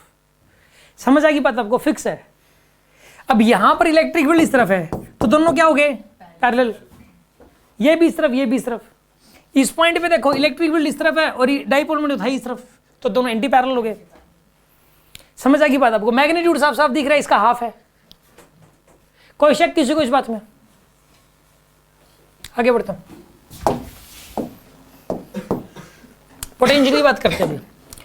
पोटेंशियल एक्सियल लाइन पे पोटेंशियल होता है ये वाला Kp अपॉन आर स्क्वायर, ठीक है। और इधर इस पॉजिटिव चार्ज के नजदीक होता है plus Kp upon R square, और माइनस क्यू चार्ज के नजदीक क्या होता है? ये minus Kp upon R square. और इक्वेटोरियल लाइन पे क्या होता है पोटेंशियल? इक्वेटोरियल लाइन पे पोटेंशियल 0। एक्सियल लाइन के ऊपर plus Kp upon R square positive के नजदीक। यार एक्सियल लाइन पे भी तो दो गए, इधर होता है plus Kp upon R square, इधर होता है minus Kp upon R square. Electric field में तो कोई डायरेक्शन माइनस साइन का कोई चक्कर ही नहीं होता उसमें, तो इसमें माइनस साइन का चक्कर होता है, इसमें डायरेक्शन नहीं होती पोटेंशियल की, ठीक है ना। ये आया कहाँ से? इसमें ना स्क्वायर लगता है नीचे, इसमें ये आया कहाँ से फॉर्मूला? वही तरीका है इसका। इसका डेरिवेशन होता कैसे है लिखना नहीं है, मैं समझा देता हूँ बस थोड़ा सा आपको। थोड़ा सा ये ओरिजिनेट कहाँ से हुआ है ये फॉर्मूला, ये पता होना चाहिए बस। ये एल थे, सॉरी, यहाँ पे ये पॉइंट है, ये आर है, ये आर है। अभी दिखने में ये जो एल है, ये गलत कर दिया यार फिर से। ये क्या था? एल, ये आर। ये दिखने में आर एल से बहुत बड़ा नहीं है यहाँ पे, तो यहाँ पे बड़ा बना भी नहीं सकते, लेकिन रियलिटी में आर एल से बहुत बहुत बड़ा होता है। यहाँ नहीं बना सकता मेरे को बोर्ड पे। तो इस केस में पहले इस चार्ज की वजह से पोटेंशियल लिखो, कितना आएगा? ये वाली डिस्टेंस कितनी यहाँ पे? R minus L. इस चार्ज की डिस्टेंस कितनी यहाँ पे? R plus L. पहले इस चार्ज की वजह से लिखो के क्यू अपॉन में आर माइनस एल, फिर इस चार्ज की वजह से लिखो प्लस में के into minus Q divide by में आर प्लस एल। इसको सोल्व करो, सोल्व करके एल बाई आर को अप्रोक्सीमेटली क्या पुट करोगे? 0। तो ये वाला फॉर्मूला जनरेट हो जाएगा वहां से, के पी अपॉन आर स्क्वायर। इसमें भी यही करोगे, सेम करोगे, एल बाई आर अप्रोक्सीमेटली 0, ठीक है ना। इसके अंदर सुनो आप, तो के पी अपॉन आर स्क्वायर आएगा पोटेंशियल, और इसके लिए इस पॉइंट के लिए सोल्व करोगे तो माइनस के पी अपॉन आर स्क्वायर ही बनेगा, क्योंकि ये इस माइनस क्यू चार्ज की डिस्टेंस हो जाएगी आर माइनस एल, और इस चार्ज की हो जाएगी आर प्लस एल। सोल्व करोगे तो एक नेगेटिव साइन जनरेट होगा इसमें यहाँ के लिए। और यहाँ 0 क्यों हुआ? क्योंकि जितना इस चार्ज की वजह से आएगा उतना इस चार्ज की वजह से आएगा, डायरेक्शन में कोई चक्कर होता नहीं है। तो दोनों, इसकी वजह से नेगेटिव पोटेंशियल, इसकी वजह से पॉजिटिव पोटेंशियल, नेट पोटेंशियल 0। तो यहाँ पे भी पोटेंशियल 0 होगा, यहाँ 0 0 0 0, इसलिए इस लाइन को इक्वी पोटेंशियल लाइन कहेंगे। इस लाइन को क्या कहेंगे बताइए? Equator line is always an equi potential line. Equator line हमेशा ही इक्विपोटेंशियल लाइन होती है, पोटेंशियल जीरो होता है हमेशा ही इक्वेटर लाइन का। इक्वेटर लाइन के ऊपर हर पॉइंट के ऊपर पोटेंशियल जीरो होता है। और एक्सियल लाइन के ऊपर बीच में तो पूछेगा ही नहीं आपसे। ये बीच में आपके पता है दिमाग में क्यों आ रहा है? क्योंकि इनके बीच का जो गैप है वो मैंने ज्यादा दिखा रखा है। ये होता है एंगस्ट्रॉम्स के अंदर है, दिखता भी नहीं है ये वाला गैप, इतना होता है। और बीच की पोजीशन पे आ भी जाए, मान लो आपकी बात मान लेते हैं कि आ भी गया, तो फिर डाइपोल का क्वेश्चन ही नहीं है। फिर ये दोनों चार्ज की वजह से इंडिविजुअली निकालोगे आप। आगे बात समझ में? यहाँ पे एक्सियल के ऊपर आएगा प्लस केपी अपन, यहाँ केपी अपन आर स्क्वायर, इधर नेगेटिव चार्ज के नजदीक minus KP upon R square, यहाँ जीरो यहाँ जीरो। ये इक्विपोटेंशियल लाइन है। बस ये बात याद करनी है आपको। किसी को डाउट इसमें कुछ पूछना हो, कोई शक? ये कितने स्टूडेंट्स को समझ में आ गया? ये इक्विपोटेंशियल लाइन इसलिए है ना क्योंकि इस पे पोटेंशियल जीरो है साथ। पोटेंशियल सेम है इसलिए है, सेम है, जीरो है इसलिए नहीं। चाहे 5-5 वोल्ट होता है, यहाँ 5 होता है तो भी इक्विपोटेंशियल लाइन बोलते हैं। पोटेंशियल सेम है बट है तो जीरो ही, लेकिन जीरो है इसलिए इक्विपोटेंशियल नहीं बोल रहे, सेम है इसलिए। उस सेम की value by the way zero है। अगर मैं ये बोल दूं कि ये लाइन इक्विपोटेंशियल लाइन क्यों है, आप कहोगे सर जीरो है इसलिए। ये मजा नहीं आया ना बात का, जवाब का मजा नहीं आया। जवाब का मजा क्या है कि पोटेंशियल सेम है, उसकी value by the way zero हो रही है यहाँ पे।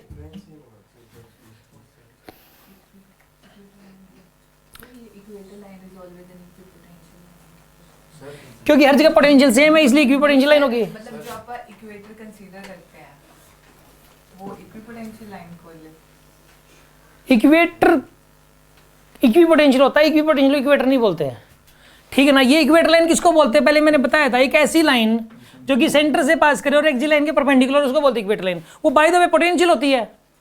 मैंने पोटेंशियल को इक्विपोटेंशियल थी उसको इक्वेटर थोड़ा ना बोला है। इक्विपोटेंशियल को इक्वेटर को मैंने इक्विपोटेंशियल बाय द वे है। इक्वेटर लाइन तो जो थी वो थी वहां पर, ठीक है ना। हाँ जी, किसी के मन में डाउट?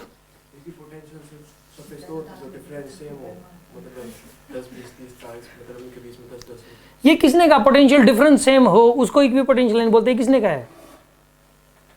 मैंने तो नहीं कहा कभी भी। पोटेंशियल सेम होना चाहिए, कह रहा है पोटेंशियल डिफरेंस सेम हो। पोटेंशियल डिफरेंस किन्हीं भी दो पॉइंट के बीच में जीरो होना चाहिए। ये वाला पॉइंट ले लिया और ये वाला पॉइंट ले लिया तो पोटेंशियल डिफरेंस क्या हो जाएगा? जीरो। पोटेंशियल डिफरेंस जीरो होना चाहिए। ये किसने कहा कि पोटेंशियल डिफरेंस सेम आना चाहिए? पोटेंशियल सेम आना चाहिए।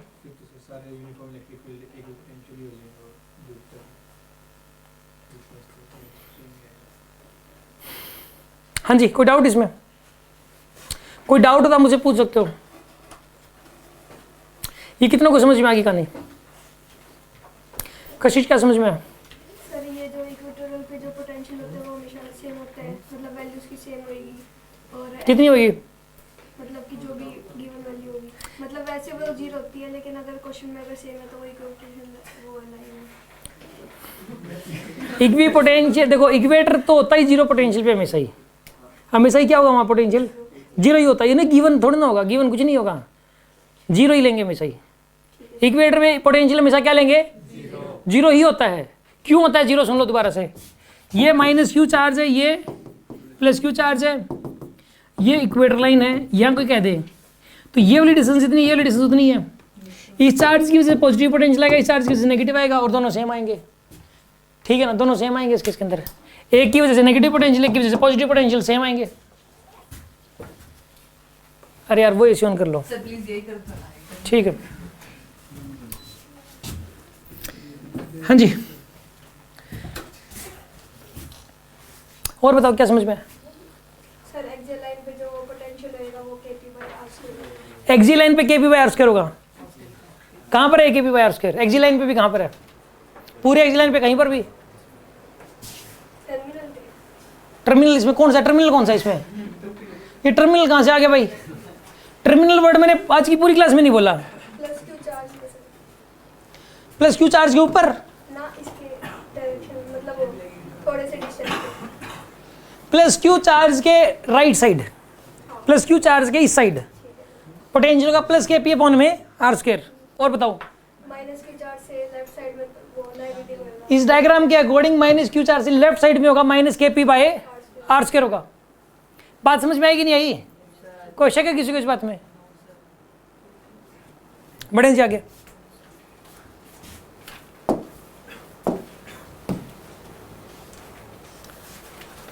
एक काम करो, ये फॉर्मूले भी पूछूंगा, ये सारी बातें 1 मिनट रिवाइज कर लो। कौन कौन सी स्लाइड? एक्सी लाइन क्या होती है, इक्वेटोरियल लाइन क्या होती है, पहले इलेक्ट्रिक फील्ड चारों पे और पोटेंशियल चारों पे अभी पूछे जाएंगे। क्वेश्चन ये पूछ रहे कि डायपोल के कारण पोटेंशियल जीरो कहाँ पर होता है? इसका क्वेश्चन ये है कि सर डाइपोल के कारण पोटेंशियल जीरो कहाँ पर होता है, इक्वेटोरियल लाइन पे। नहीं, एक्सेल लाइन पे अगर एक्सेल लाइन पे एक्सी लाइन पे जीरो पॉसिबल ही नहीं है, सेंटर में यहाँ जाएगा, यहाँ मिड पॉइंट पे जीरो हो जाएगा। फिर वो डायपोल का फिर तो वो नॉर्मल पोटेंशियल। बिल्कुल। और electric field electric field zero हो ही नहीं सकता इसमें, कहीं भी नहीं हो सकता, आएगा ही नहीं, पॉइंट ही नहीं आता, करके देखा हुआ है। अगर दो इक्विवेलेंट अपोजिट चार्ज हो ना तो इलेक्ट्रिक फील्ड जीरो कहीं पर भी नहीं हो सकता इसमें।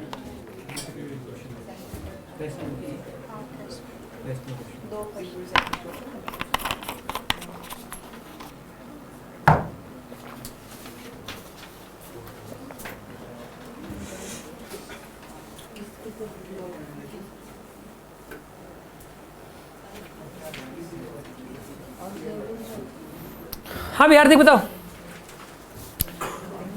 डाइपोल है उसके इक्वेटर पे पोटेंशियल क्या हो जाएगा? जीरो हो जाएगा। हाँ जी आप बताओ, डाइपोल के इक्वेटर पे इलेक्ट्रिक फील्ड क्या हो जाएगा? केपी अपॉन आर क्यूब हो जाएगा। किस तरफ होगा इलेक्ट्रिक फील्ड? डर क्यों रहे हो? केपी अपॉन आर क्यूब होगा। डायरेक्शन कौन सी होगी?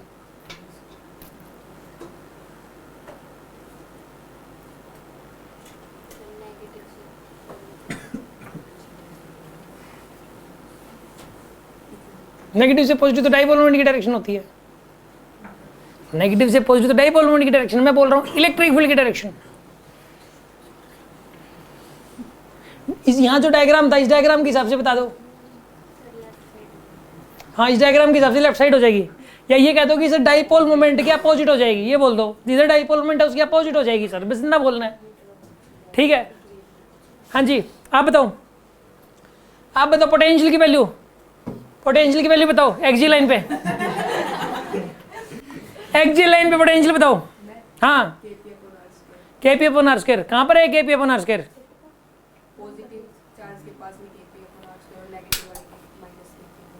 नेगेटिव के पास में minus KP upon R square. हाँ जी आप बताओ, इलेक्ट्रिक फील्ड बताओ एक्जी लाइन पे। किस तरफ होगा ये? जिस तरफ डायरेक्शन में, बिल्कुल डाइपोल मोमेंट और इलेक्ट्रिक फील्ड सेम डायरेक्शन के अंदर हो जाएंगे। समझ में आ गई होगी बात आपको? देखो सुनो आप, डाइपोल को अगर एक्सटर्नल इलेक्ट्रिक फील्ड में लेके डिस्कशन, अब डाइपोल को एक्सटर्नल इलेक्ट्रिक फील्ड में रख दिया। अभी तक पिछला जितना भी डिस्कशन था उसमें अकेला डाइपोल था, उसकी ये फील्ड उसका खुद का फील्ड था। ये जो फील्ड दिखाया था ये किसका था? उसका खुद का फील्ड था। हमने कहीं पर भी पिछले किसी भी केस में डाइपोल को एक्सटर्नल इलेक्ट्रिक फील्ड में नहीं रखा था। बाहर कोई इलेक्ट्रिक फील्ड है उसके अंदर नहीं रख के देखा था क्या होता है, उसके अंदर रखने पे क्या होता है उसका डिस्कशन है। आगे बात समझ में? अभी तक जो डाइपोल वो क्या था बताइए, बिना एक्सटर्नल इलेक्ट्रिक फील्ड के रखे उसको सिर्फ डाइपोल लेके उसका डिस्कशन कर रहे थे। और अब क्या डिस्कशन करेंगे? डाइपोल को एक्सटर्नल इलेक्ट्रिक फील्ड में रखेंगे। देखो यहाँ फील्ड, ये फील्ड से खुद का नहीं है, कोई और इलेक्ट्रिक फील्ड बाहर का है, उसके अंदर रख दिया, उसके अंदर रख के फिर डिस्कशन कर रहे हैं हम लोग। अब इस डाइपोल को इलेक्ट्रिक फील्ड पे दो तरीके से रख सकते हैं हम लोग। मान लो इलेक्ट्रिक फील्ड इस तरफ है, एक तो तरीका ये है कि डाइपोल मोमेंट भी इसी तरफ है और इलेक्ट्रिक फील्ड भी इस तरफ है, एंगल 0 डिग्री है दोनों के बीच में। एंगल कितना है दोनों के बीच में? 0 डिग्री है, ठीक है। एंगल 0 डिग्री है यार, 0 एंगल क्या यहाँ पे 0 डिग्री है। और एक इलेक्ट्रिक फील्ड तो इस तरफ है और डाइपोल को इस तरफ रख दिया। समझ आ रही है बात आपको? देखो इसमें तो ये माइनस क्यू था प्लस क्यू था, इसमें ये माइनस क्यू है ये प्लस क्यू है, इधर ये माइनस क्यू इधर प्लस क्यू है। फर्क समझ में आ रहा है दोनों को रखने के तरीके में? यार सुनो, इलेक्ट्रिक फील्ड तो दो केस हैं, दोनों केसेस में इस तरफ बना दिया। इलेक्ट्रिक फील्ड तो हमेशा इसी तरफ बनाएंगे, आप इलेक्ट्रिक फील्ड तो हमेशा इसी तरफ बनाया करो। आगे बात समझ में आपको? इलेक्ट्रिक फील्ड अभी डाइपोल है, इस चोंच पे रखा हुआ है पॉजिटिव चार्ज, चोंच पे क्या रखा हुआ है?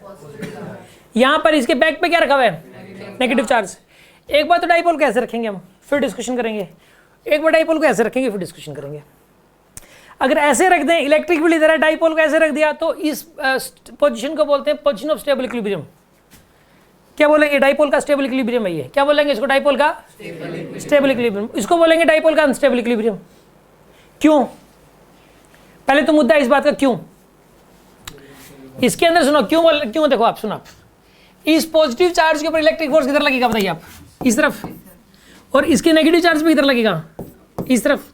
इसको थोड़ा सा घुमाओगे आप, हल्का सा घुमा देते हो, हल्का सा घुमाओगे इसको आप ऐसे, तो इस एंड पे फोर्स इधर लगा और इस एंड पे इधर लगा फोर्स, ये वापसी आने की टेंडेंसी हो जाएगी इसकी।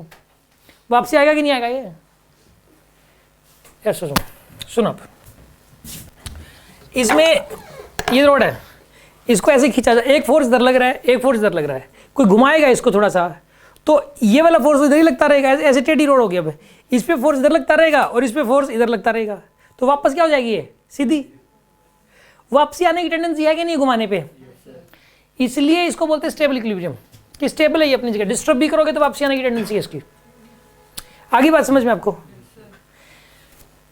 एक होता परमानेंट घूम जाना, इसमें क्या हो रहा है, ये नेगेटिव चार्ज पे फोर्स इधर लग रहा है, नेगेटिव चार्ज पे इस केस में इधर नहीं लग रहा, सॉरी पॉजिटिव है, पॉजिटिव पे किधर लग रहा है, इधर, नेगेटिव पे इधर लगेगा, ऐसे इसको प्रेस हो रहा है ये, इसको अगर थोड़ा सा घुमाओगे आप, इस एंड पे फोर्स इधर लग रहा है और इस एंड पे फोर्स इधर लग रहा है, थोड़ा सा घुमाते ही इस एंड पे तो इधर ही लगता रहेगा, नहीं लगता रहेगा इधर, और इस एंड पे इधर लगता रहेगा, तो ये परमानेंट ही घूम जाएगा, परमानेंट नहीं घूम जाएगा। इसलिए अनस्टेबल इक्विलिब्रियम में जब तक है ठीक है, थोड़ा सा डिस्टर्ब करते ही घूम ही जाएगा ये तो। और इसको डिस्टर्ब थोड़ा सा ऐसे घुमा, डिस्टर्ब करने का मतलब थोड़ा सा घुमाना, इसको थोड़ा सा घुमा दिया इसको तो ये तो वापसी आएगा, इसको थोड़ा सा घुमा दिया ये परमानेंट घूमेगा। परमानेंट घूम जाएगा, हाँ इसकी डायरेक्शन बदल जाएगी, हाँ, फिर स्टेबल में आ जाएगा, अगर वहां रुक गया ये तो स्टेबल में आ जाएगा, फिर तो स्टेबल में आ जाएगा। जरूरी नहीं है ना रुकेगा, इसके अंदर वेलोसिटी आ चुकी होगी, ओमेगा आ चुका होगा, फिर जो वेलोसिटी आएगी उसमें फिर वो उस तरफ घूमेगा, पूरे राउंड ही लगाएगा फिर वो। ठीक है, छोड़ो बाकी का डिस्कशन, एक बार घूमेगा, लेकिन ये इसको ऐसे घुमा के छोड़, ऐसे करके छोड़ दोगे ना इसको, तो फिर ये ऐसे घूमता ही रहे, फिर उसके बाद घूमेगा, ये घूमता ही रहेगा फिर उसके बाद तो फिर यहाँ तो नहीं रुक पाएगा वो, यहाँ तक तो ओमेगा होगा उसके अंदर अच्छा खासा, उस ओमेगा की क्योंकि टॉर्क लगेगा इसके ऊपर, एक टॉर्क लगेगा, कितना लगेगा मैं भी सिखाऊंगा आपको कितना टॉर्क लगेगा, लेकिन लगता है टॉर्क, ठीक है ना, वो टॉर्क लगेगा, उसकी वजह से घूम ही जाएगा परमानेंट, वहाँ रहा ही नहीं है, उसकी जो पोजीशन थी वहाँ पे रहा ही नहीं। आ रही है बात समझ में आपको। किसी बच्चे को चेक करना है कि उसका क्लास में स्टेबल इक्विलिब्रियम है कि अनस्टेबल, सीधी सी बात है, गुस्सा कर तो डांट दो, उसको भर ऐसे कर दिया, वो अगले दिन आ जाए मान लो, तो कौन सा इक्विलिब्रियम था उसका, वो दिखाई ना दे दूर दूर तक, वो निकल ही ले और कभी दिखाई नहीं, अनस्टेबल इक्विलिब्रियम था, ठीक है, वहीं खड़ा रहेगा तो न्यूट्रल। इसको ना अगर इसको ऐसे घुमाते हैं और वहीं का वहीं रह जाता है ये, तो ये न्यूट्रल इक्विलिब्रियम होता, न्यूट्रल इसमें एग्जिस्ट ही नहीं करता, न्यूट्रल होता ही नहीं इसमें, इसको घुमा के वहीं का वहीं रह जाता है ये, तो न्यूट्रल। आ रही है बात समझ में आपको, कोई डाउट है किसी को इसमें? घर वाले कई बार डांट देते हैं, मदर कहे घर से बाहर निकल, तू निकल जाओ घर से बाहर, अगर ऐसा कहते ही परमानेंट घर से बाहर निकल गया तो समझ लो क्या था वो, परमानेंट बाहर से निकल गया, अनस्टेबल, और घूम घाम के आ गया उल्टा, ठीक है मैं निकल रहा हूँ, और घूम घाम के आ गया, खाना खाने के टाइम पे फिर आ गया वापस, कहते एक बार खाना खा लूँ फिर भागूंगा, तो कौन सा इक्विलिब्रियम है? वो गेट पे ही खड़ा है ना, अंदर आ रहा ना बाहर जा रहा, वही घूम रहा है, वही है गेट पे ही है, ठीक है, कौन सा इक्विलिब्रियम है? न्यूट्रल इक्विलिब्रियम है। हाँ जी यार, पहले तो ये स्टेबल अनस्टेबल समझ में आएगी नहीं आई आपको।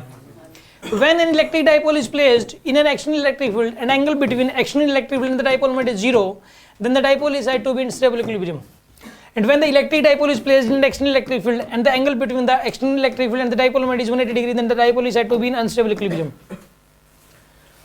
अगर मैं आपसे पूछ लूँ ना स्टेबल इक्विलिब्रियम का मतलब क्या है, आप बोल देना कि सर इलेक्ट्रिक फील्ड इस तरफ है मान लो, और डाइपोल को भी इसी तरफ रख दिया, मतलब उसकी डायरेक्शन डाइपोल मोमेंट किस तरफ है, पॉजिटिव इधर नेगेटिव इधर, इस तरफ रख दिया, एंगल 0 डिग्री है, एक्सटर्नल इलेक्ट्रिक फील्ड और डाइपोल मोमेंट के बीच का एंगल 0 डिग्री है, तो कौन सा इक्विलिब्रियम होगा?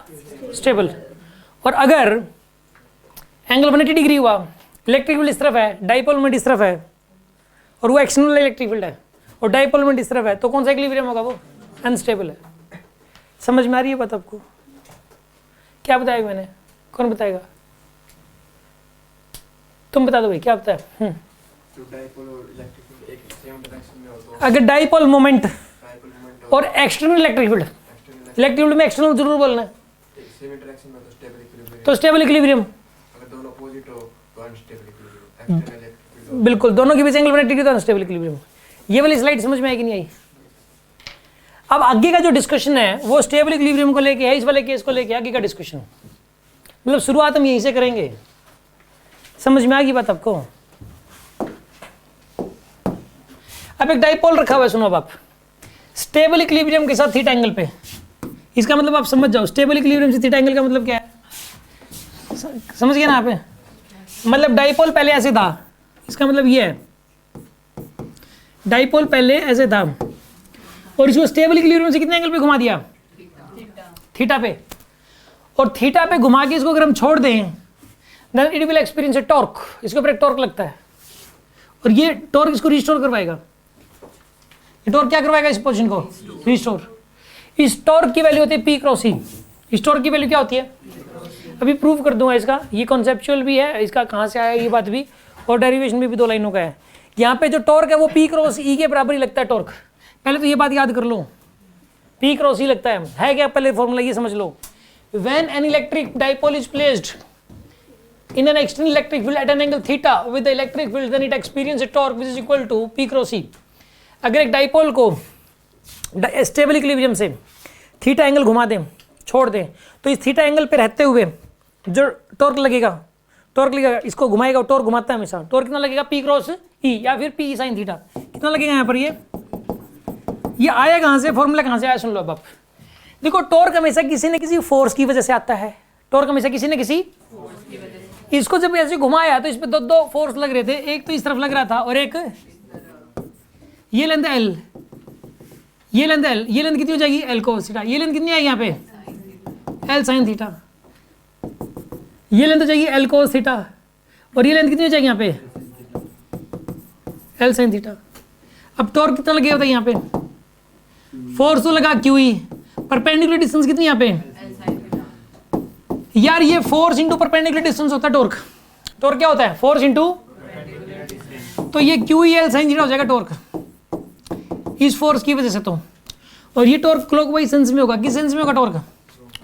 ये इसको क्लॉकवाइज, देखो यार ऐसे रोड है, इसको ऐसे ऐसे लगाओगे आप, तो ये क्लॉकवाइज सेंस में नहीं घुमाने की कोशिश कर रहा है इसको, इससे ज़्यादा पता लगेगा आपको। ऐसे करके देख लिया करो, ये कोई रोड ऐसे, इस रोड के इस वाले एंड पे मैं ऐसे फोर्स लगाऊं, इसके ऊपर ऐसे फायरिंग कर दूं, ऐसे ऐसे फायरिंग की तो गोली गई ऐसे, रुको यार गई नहीं, रुको इसमें ऐसे गई गोली और ऐसे टकराई। बताइए किस सेंस में घुमाने की कोशिश कर रही है? क्लॉकवाइज। तो ये टॉर्क क्लॉकवाइज है। अच्छा ये वाला जो फोर्स है इसकी वजह से भी टॉर्क आएगा, इस फोर्स की वजह से देखो टॉर्क आएगा। इस पे वो पिन लगी होती है ना कई बार। ये बताइए किस सेंस में घुमा? क्लॉकवाइज ही घुमा, क्लॉकवाइज ही घुमा। ये क्लॉकवाइज होता कौन सा पता है ना? बस इतना ही पता है, इससे आगे ये भी तो घड़ी की तरह चल रहा था। क्लॉकवाइज में वो घड़ी याद आ गई बस। देखो ये किस सेंस में घूम रहा है, समझ रहे नहीं समझ रहे? तो ये क्लॉकवाइज घूम रहा है यहाँ पे, इस फोर्स की वजह से भी क्लॉकवाइज, इस फोर्स की वजह से भी। यार बच्चों को क्या लगता है कि सर फोर्स दोनों अपोजिट में है, सर एक ही तरह लग रहा है तो टॉर्क भी इनके अपोजिट में आएंगे, ऐसा कौन सा रूल होता है यार? फोर्स से भले ही अपोजिट में हो, टॉर्क उनके सेम सेंस में हो सकते हैं। ये बात टॉर्क के तुरंत पढ़ाई गई थी आपको। अरे ये बात समझ में कहाँ याद रहेगी ये बात? ये प्राइमरी कंटेंट में तो था नहीं, ये मैंने इकट्ठा पढ़ाया था तो याद करवाया नहीं था इतना ज़ोर से। हाँ बोलो। ये अपने स्टेबल इक्विलिब्रियम का केस लिया है। स्टेबल इक्विलिब्रियम से ही चेक होता है, जो एंगल लिए जाते हैं वो स्टेबल इक्विलिब्रियम से, अनस्टेबल इक्विलिब्रियम से कभी नहीं देगा आपको। स्टेबल इक्विलिब्रियम से ही थीटा एंगल पे पूछेगा आपसे हमेशा ही। लेकिन अगर आप अनस्टेबल इक्विलिब्रियम को देखें तो उसमें भी ऐसे मतलब घूमता है और फोर्स लगती है, तो उसमें टॉर्क नहीं लगता। पहली बात तो फोर्स लगती नहीं है, लगता है वो स्त्रीलिंग नहीं है, पुलिंग है, ठीक है ना? हाँ अब आगे बोलो। हिंदी के टीचर हमारे खतरनाक थे बहुत, वो ऐसे बोलते थे, तो वो चीज़ याद आ गई थी, बदला आपसे तो ले रहा था मैं। हाँ बोलो आगे। फोर्स लगता है हाँ तो उसकी वजह से वो टॉर्क एक्सपीरियंस नहीं करेगा वो। तो लगेगा उस पर, तभी तो वो घूम रहा है वो उल्टी डायरेक्शन ऐसे किया। अब उस पर तो क्या होता है कि अनस्टेबल इक्विलिब्रियम में तो जब आप उसको घुमाओगे ना थीटा एंगल पे, तो वो टॉर्क जो है ना उसको परमानेंट घुमा देता है। टॉर्क उल्टा काम कर रहा है उसके अंदर, इसमें तो टॉर्क रिस्टोर करवा रहा है, उसमें टॉर्क परमानेंट अपोजिट डायरेक्शन में घुमा रहा है। उसमें करके देखो आप। तो कितने लगेगा? करना सर। तो कितना ही लगेगा उसमें? लगेगा तो इतना ही, लेकिन सेंस तो दूसरी आएगी ना इसमें। बताना पड़ेगा। लो बताया था, ये वाला केस है, अनस्टेबल इक्विलिब्रियम ये है, इसको थीटा एंगल घुमा दिया आपने। कितना एंगल घुमा दिया यहाँ पे? Theta angle. यहाँ पे कौन सा चार्ज है? और यहाँ पे चार्ज कौन सा है? ठीक है, इसके ऊपर फोर्स कितना लगा? इधर लगा फोर्स, और इस पे फोर्स किधर लगा? इधर लगा। ये फोर्स इधर लगेगा, ठीक है, ये रोड को रिस्टोर करवाएगा क्या? ये सोचो, रोड ऐसे है, रोड ऐसे है, इस एंड पे फोर्स लगाऊंगा मैं ऐसे, ये देखो आप, ये वाला फोर्स रोड को इधर कैसे घुमा देगा? पहले ऐसे थी रोड, अब ये रोड ऐसे होगी, फोर्स इधर लगना है, ये वाला फोर्स रोड को इस तरफ कैसे घुमाएगा? परमानेंट, ये थोड़ा सा घूम के आ गई, इधर ही घुमा देगा ये, इसलिए अनस्टेबल इक्विलिब्रियम है। और इसके अंदर वो कॉन्स्टेंटली टॉर्क लगता रहेगा, जगह के साथ बदलता रहेगा, थीटा बदलेगा ना इसमें, क्योंकि पी साइन थीटा होता है टॉर्क, तो थीटा की वैल्यू बदलती रहेगी, तो टॉर्क भी बदलता रहेगा। ठीक है ना, जब भी मतलब थीटा अलग अलग एंगल पे अलग अलग टॉर्क लगता है। और इस टेबल में रिस्टोर करवा के छोड़ देगा। छोड़ेगा नहीं, वहीं घूमता ही रहेगा। इसको ऐसे है, इसको थोड़ा सा ऐसे कर दिया ना आपने, इसको ऐसे थोड़ा सा घुमा दिया, तो ये ऐसे ऐसे होता रहेगा फिर परमानेंट हमेशा के लिए, क्योंकि आपने एक बार छोड़ दिया, ऐसे कर दिया, फिर ये इसके अंदर इधर आएगा तो वेलोसिटी आ चुकी होगी, ओमेगा आ चुका होगा, फिर घटते घटते जीरो हो जाएगा इसका ओमेगा, फिर ये ऐसे एंगुलर सिस्टम करेगा ये परमानेंट। इसका टाइम पीरियड भी निकाला जा सकता है, सेकेंडरी क्लास में पढ़ाया जा सकता है। इसका टाइम पीरियड बताओ। एक डाइपोल इसको डिस्टर्ब करके छोड़ दिया स्टेबल इक्विलिब्रियम से, ऐसे ऐसे एंगुलर सिस्टम करेगा, और इसका भी डेरिवेशन जो होता है 2π√I0/mgd से करूँगा मैं इसको भी, ठीक है ना, तो 2π√I0/mgd से किया जा सकता है इसको भी, एंगुलर सिस्टम का टाइम पीरियड इसका। दूसरे तरीके से कर देंगे फिर, ठीक है, नहीं मास तो चाहिए होगा इसमें फिर, दूसरा मास तो कैंसिल हो जाएगा ना, m/2/n। चलो जो भी है।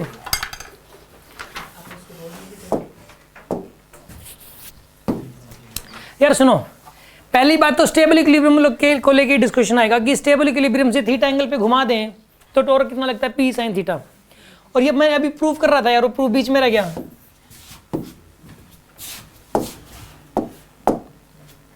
किसी इस फोर्स की वजह से कितना टॉर्क आया था?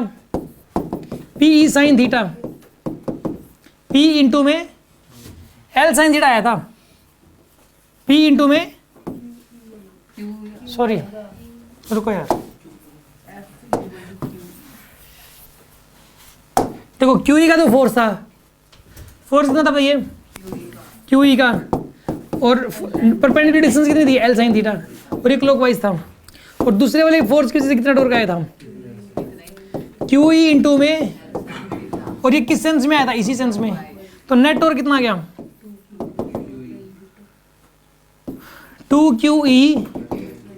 2QE L साइन थीटा, ऐसे आ जाएगा। अब इसको लिखो Q इंटू 12 इंटू ई, Q इंटू 12 रीअरेंज कर दो थोड़ा सा, E साइन थीटा लिख सकते हो इसको P लिख सकते हो। अब P E साइन थीटा हो गया, ये P साइन थीटा को लिख दो, P क्रॉस E हो गया प्रूफ, सिंपल सी बात थी।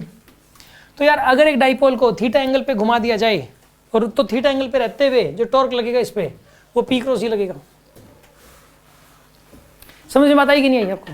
क्या समझा है इस स्लाइड में, बताना आप। अगर इलेक्ट्रिक डाइपोल को किसी थीटा एंगल से अगर उसको घुमा दें, कहाँ से थीटा एंगल? स्टेबल इक्विलिब्रियम से थीटा एंगल। कहाँ से? स्टेबल इक्विलिब्रियम से थीटा एंगल घुमा दें। और स्टेबल इक्विलिब्रियम का मतलब क्या है? इलेक्ट्रिक फील्ड और इलेक्ट्रिक डाइपोल सेम डायरेक्शन में है।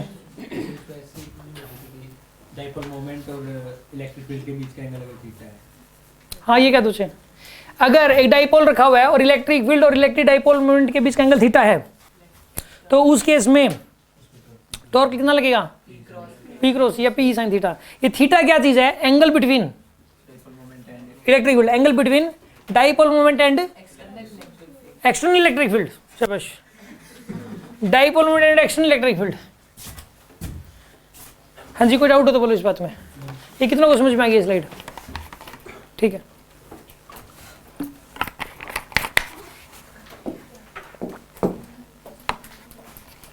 अब सुन लो अगली बात। यहां पे जो है ना, इसके अंदर जो एनर्जी स्टोर होगी ना, इसमें जो एनर्जी स्टोर होगी वो कितनी होगी? देखो सुनो आप, एक बात चीज सुनो आप, जब इसको घुमाओगे ना आप ऐसे, तो ऐसे अपने आप नहीं घूमता, वर्क करना पड़ता है। क्या करना पड़ता है? वर्क। वो वर्क एनर्जी की फॉर्म में स्टोर हो जाता है। वो वर्क किस फॉर्म में स्टोर हो जाता है? तभी तो ये ऐसे जब छोड़ोगे एकदम से इसको, तो यहां आते आते तभी तो ओमेगा रोटेशनल काइनेटिक एनर्जी आएगी इसके अंदर, ठीक है ना। जब आपने ये ऐसे था, जब आप इसने ऐसे घुमाया तो क्या स्टोर होगी इसके अंदर? एनर्जी की फॉर्म में स्टोर हो गया। जो वर्क किया वो किसकी फॉर्म में स्टोर हो गया? एनर्जी की फॉर्म में। और जब भी इसको छोड़ोगे, छोड़ते यहाँ आइए, तो इसके अंदर क्या आ जाएगा? एक ओमेगा रोटेशनल काइनेटिक एनर्जी आ जाएगी। वो कहाँ से आई है? वो जो पोटेंशियल एनर्जी स्टोर हुई थी वो।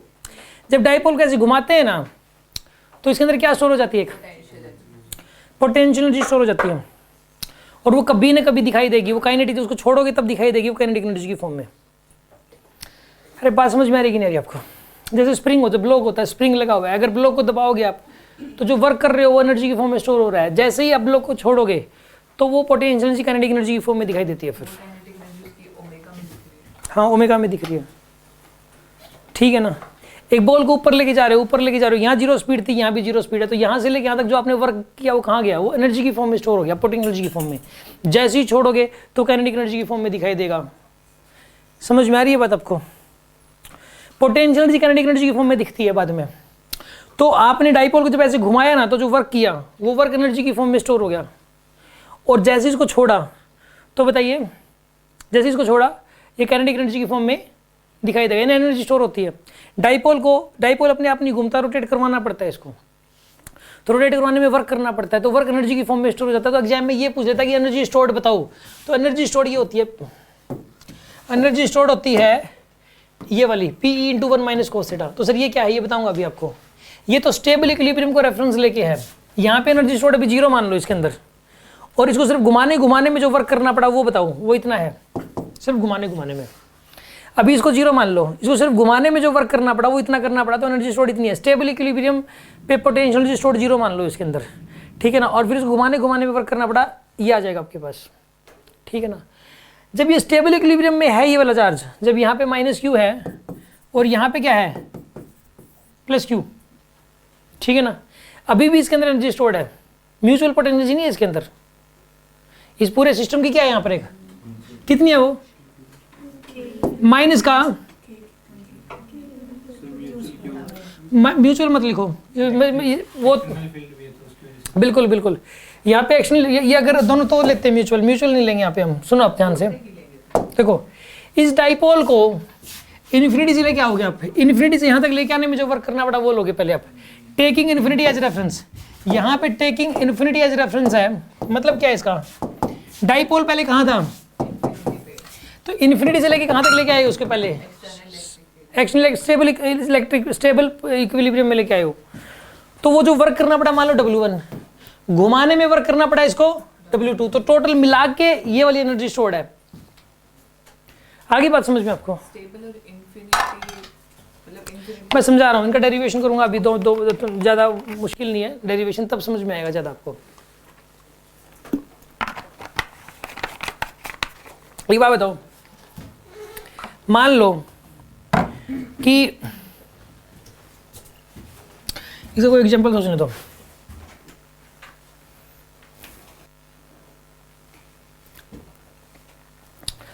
नाम क्या आपका? स्मृति मान लो, इसको जाना है, इसका एडमिशन हो गया मान लो, बिहार के अंदर एडमिशन हो गया इसका, ठीक है, बिहार में एडमिशन हो गया जी। अब इसको ना वहाँ के किसी कॉलेज में एडमिशन हो गया जी, पटना के अंदर। तो इसने क्या किया कि देखो डायरेक्ट पटना की ट्रेन नहीं थी हिसार से, तो पहले तो अच्छा स्पेशल उस दिन मतलब दिल्ली से लेके जो पटना तक की ट्रेन थी उसमें रिजर्वेशन नहीं मिल रहा था, तो पहले गोरखपुर जाती है बीच में, गोरखपुर से पटना, पहले यहाँ से दिल्ली, यहाँ से ट्रेन पकड़ी, यहाँ से दिल्ली, दिल्ली से गोरखपुर, गोरखपुर से पटना। अब हुआ ये कि अब सुनो, हिसार से दिल्ली जो ट्रेन जाएगी उसके रुपए पता लगता है किसी को? पता है कितने रुपए लगते हैं? 250 रुपये के आसपास। नहीं, वो तो बस के लगते हैं, वो तो बस के लगते हैं।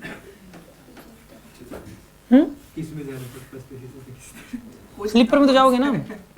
स्लीपर का वैसे 1 रुपया पर किलोमीटर ट्रेनों में लगभग, लगभग 1 रुपया पर किलोमीटर, 160 रुपये लगेंगे कम से कम भी, 150 रुपये मान लो, ठीक है जी, 150 रुपये लगेंगे।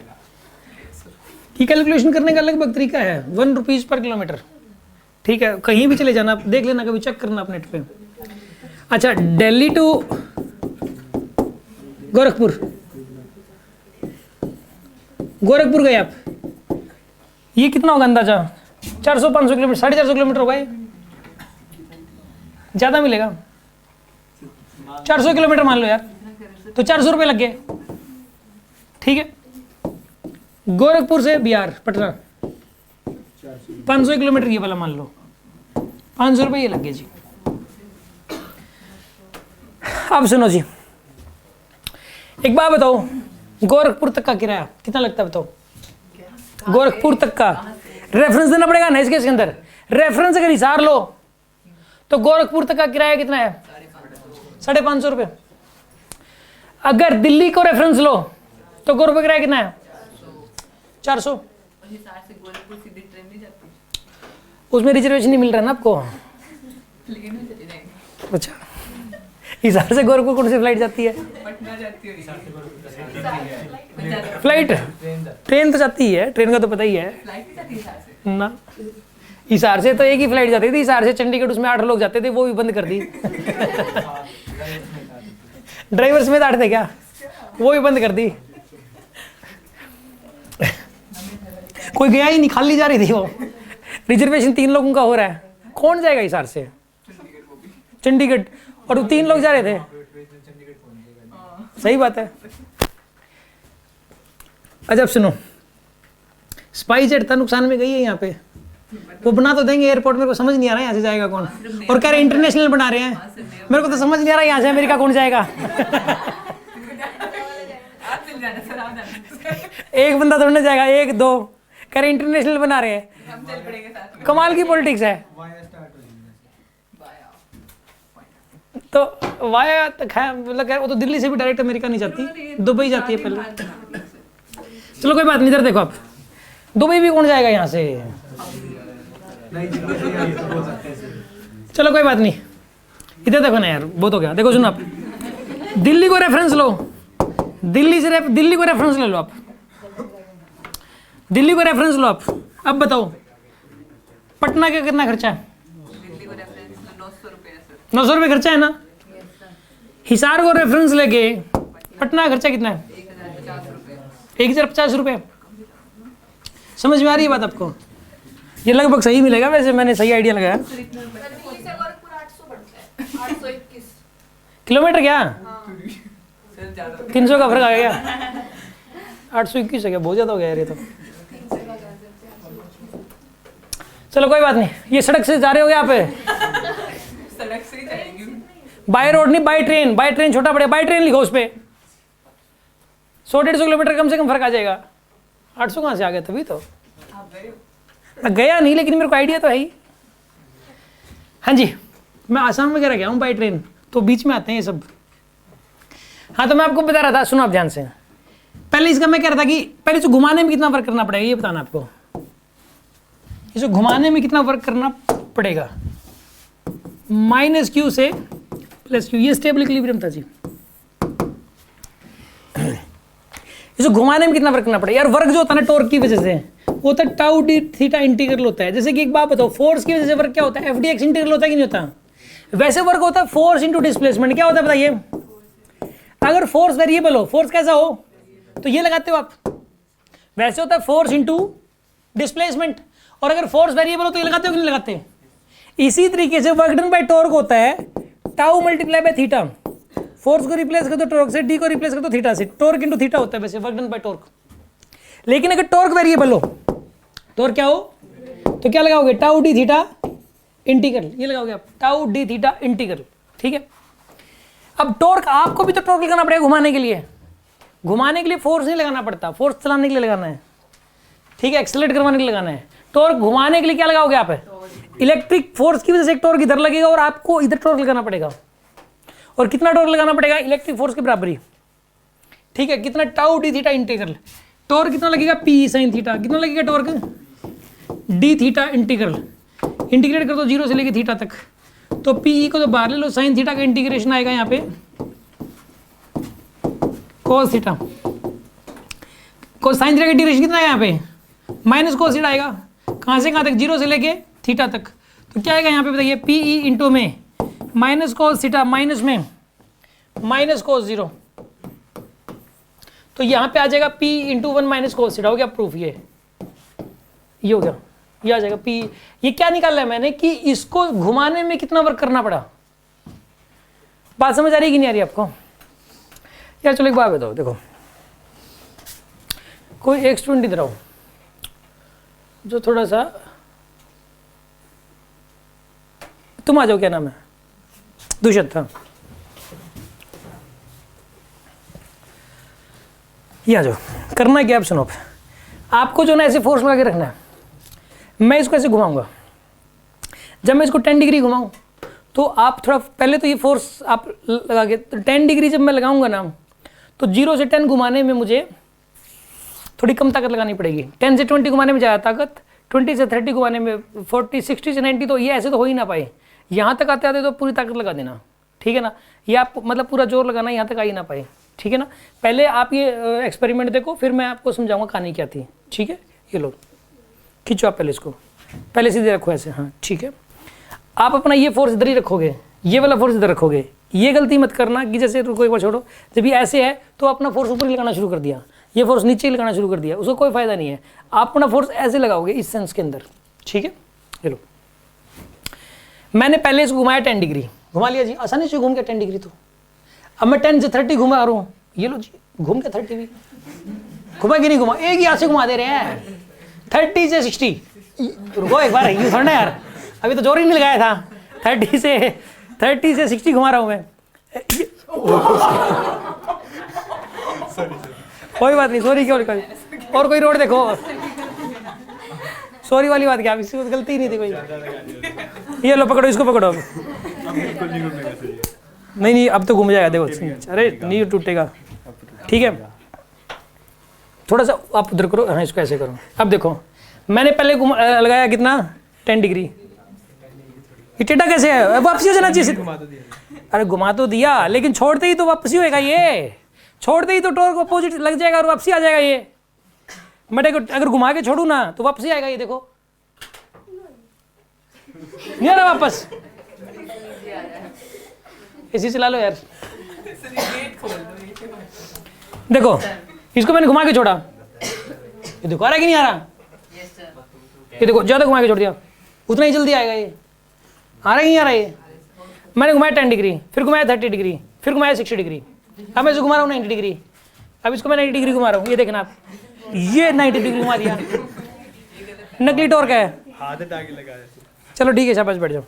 हाँ जी अब सुनो यार, एक बात बताओ, यहाँ था क्या, सुनो बाप, ये जो लगा रहा था जी, इसका जो टॉर्क था क्लॉकवाइज, वो था इलेक्ट्रिक फोर्स की वजह से टॉर्क, वो किसकी वजह से टॉर्क था, इलेक्ट्रिक फोर्स की, और मैं एजेंट था यहाँ पे इसको घुमाने के लिए, ठीक है ना, मैं एक्सटर्नल एजेंट हूँ इसको घुमाने के लिए, और इसका टॉर्क है इलेक्ट्रिक फोर्स की वजह से टॉर्क। फिर मैंने इसको ये बात कही, देखो शुरू में ना इलेक्ट्रिक फोर्स का टॉर्क कम लगेगा, फिर इलेक्ट्रिक फोर्स का जो टॉर्क है वो बढ़ता जाएगा, ताकि और मुझे भी बढ़ाना पड़ रहा है, क्यों, क्योंकि टॉर्क होता है पी साइन थीटा, टॉर्क क्या होता है, थीटा की वैल्यू बढ़ेगी तो टॉर्क भी बढ़ेगा, थीटा की वैल्यू बढ़ेगी तो पहले तो 30 डिग्री था, 60 डिग्री पुट करो, पी साइन थीटा के अंदर 90 डिग्री पुट करो, तो आपको पता लगेगा टॉर्क बढ़ रहा है।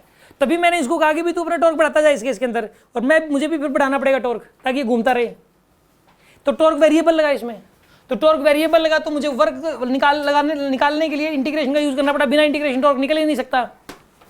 इंटीग्रेशन नाम का कोई चैप्टर ना होता तो ये क्वेश्चन, ये तो वर्क नहीं निकल पाता, मजबूरी थी इंटीग्रेशन को सर्च करना।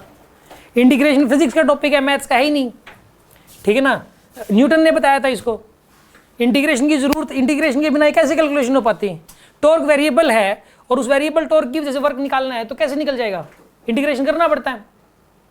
तो ये आ जाएगा आपके पास, ये आया वर्क, इतना वर्क करना पड़ा इसे घुमाने में। बात समझ में आएगी नहीं आई आपको? ये क्या निकला है, P into 1 minus cos theta. इसको इस सिचुएशन से ऐसे थीटा एंगल घुमाने में जो वर्क करना पड़ा उसकी वैल्यू है सिर्फ। इसलिए स्टेबल इक्विलिब्रियम को रेफरेंस मान के एनर्जी स्टोर होती है ये वाली स्टेबल इक्विलिब्रियम को एनर्जी। इस चीज का डेरिवेशन मैं कर चुका हूं। अब मुद्दा इस बात का है कि इन्फिनिटी को रेफरेंस मान के एनर्जी स्टोर्ड ये वाली होती है, कैसे आया ये मुद्दा इस बात का है। ध्यान से सुन लो आप। और एक और, सारे क्वेश्चन आप इसको लेके सोल्व करोगे आप। रेफरेंस ना दे रखा हो, रेफरेंस ना दे रखा हो तो इसी से 90% क्वेश्चन इससे सोल्व होंगे आपके। ये तो तब लगाना है जब साफ साफ मेंशन कर दे कि इन्फिनिटी को रेफरेंस ले लो तो ही लगाना है आपको, अदरवाइज यही लगाओ हमेशा, क्वेश्चन सारे इसी से सोल्व हो जाएंगे। आगे बात समझ में आपको? स्टेबल इक्विलिब्रियम को ही रेफरेंस माना जाता है। देखिए आप इस क्वेश्चन को सोल्व, अब ये वाला क्वेश्चन कैसे, ये कैसे, इसको घुमाने में तो इतना वर्क करना पड़ा। अब एक बात बताओ, यहां पर है माइनस क्यू चार्ज, यहां पे चार्ज क्या है प्लस क्यू चार्ज, गैप कितना है इनके बीच का 12 है। ये इलेक्ट्रिक फील्ड है यहां तक, ये यूनिफॉर्म इलेक्ट्रिक फील्ड है यहां तक इन्फिनिटी तक। यहां से लेके यहां तक की डिस्टेंस कैपिटल डी मान लो, यहां से लेके यहां तक की डिस्टेंस क्या मान ली। अब एक बात बताओ, प्लस क्यू चार्ज को लेके आने में कितना वर्क करना पड़ा बताइए। इलेक्ट्रिक फोर्स का क्यू ई, आपको भी क्यू ई का फोर्स करना पड़ा, डी की डिस्टेंस हुई है, फोर्स इंटू डिस्प्लेसमेंट, इतना वर्क करना पड़ा। देखो इस प्लस क्यू चार्ज लेके आओगे आप इन्फिनिटी से लेके यहाँ तक, तो इलेक्ट्रिक फोर्स लगेगा इधर क्यू ई का, और आपको भी क्यू ई लगाना पड़ेगा, और यहाँ से लेके यहाँ तक कैपिटल डी की डिस्टेंस है तो क्यू ई डी का वर्क करना पड़ेगा। W2 का वर्क, ये माइनस क्यू चार्ज भी लेके आओगे अब आप, माइनस क्यू चार्ज यहाँ से लेके यहाँ तक लेके आओगे तो इसमें इलेक्ट्रिक फोर्स लगेगा इस तरफ, एजेंट का फोर्स इस तरफ लगेगा तो नेगेटिव वर्क करना पड़ेगा इसके। इसमें वर्क हो जाएगा माइनस का क्यू ई इंटू में डी प्लस 12। डिस्टेंस ट्रेवल कितनी है यहाँ से लेके यहाँ तक की, डी तो ये होगी और 12 ये है, तो डी प्लस 12 की डिस्टेंस ट्रेवल हो जाएगी यहाँ पे, और वर्क नेगेटिव करना पड़ेगा माइनस क्यू चार्ज को लेके आने में। पॉजिटिव चार्ज को लेके आने में इतना वर्क करना पड़ा, और माइनस क्यू चार्ज को लेके आने में इतना वर्क करना पड़ा। इन दोनों को ऐड कर दो, टोटल वर्क आ जाएगा। इन दोनों को ऐड करो, क्यू ई डी माइनस में क्यू ई डी माइनस में क्यू ई इंटू 12, ये आ जाएगा आपके पास, ये कैंसिल हो गया। तो टोटल डब्ल्यू नेट कितना आएगा, टोटल वर्क माइनस में क्यू इंटू 12 इंटू ई, तो ये हो जाएगा पी के बराबर, तो माइनस पी का वर्क करना पड़ा। तो पूरे डाइपोल को इन्फिनिटी से लेके यहाँ तक लेके आने में माइनस पी का वर्क करना पड़ता है। अब घुमाने में भी वर्क करना पड़ा, लेके W1 तो इतना हो गया। अब सुनो अब इसके अंदर यहाँ पे एक तो आ गया W1 कितना है यहाँ पे, W1 कितना था यहाँ पे माइनस पी। घुमाने में कितना वर्क करना पड़ा बताओ, P into 1 minus cos theta. अब इन दोनों को जोड़ दो, टोटल वर्क आएगा W नेट। इन दोनों को जोड़ो आप, माइनस पी, इसको जोड़ो P इंटू में माइनस पी कोस थीटा आ जाएगा आपके पास, ये कैंसिल, तो माइनस पी कोस थीटा आ गया। तो कितना आंसर आ गया इसका, माइनस पी डॉट ई। हो गया प्रूफ इस बात का कि माइनस पी डॉट ई होता है इन्फिनिटी को रेफरेंस लेके। आगे बात समझ में आपको? अल्टीमेटली मैंने क्या बताया इस स्लाइड में, सुन लो आप। ये सब नोट नहीं करना था आपको, नोट करना हो तो वीडियो में से देख कर लेना बाद में। इसमें ये बताया था मैंने कि भाई अगर एक डाइपोल इलेक्ट्रिक फील्ड में थीटा एंगल पर रखा हुआ है तो उस टाइम उसके अंदर एनर्जी स्टोर्ड है। जैसे अगर कोई बंदा पटना में है, ये पटना है, पटना में मेडिकल कॉलेज में है वहाँ पे, तो इसका मतलब उसने वहाँ तक पहुँचने के पैसे खर्च कर रखे हैं। कितने?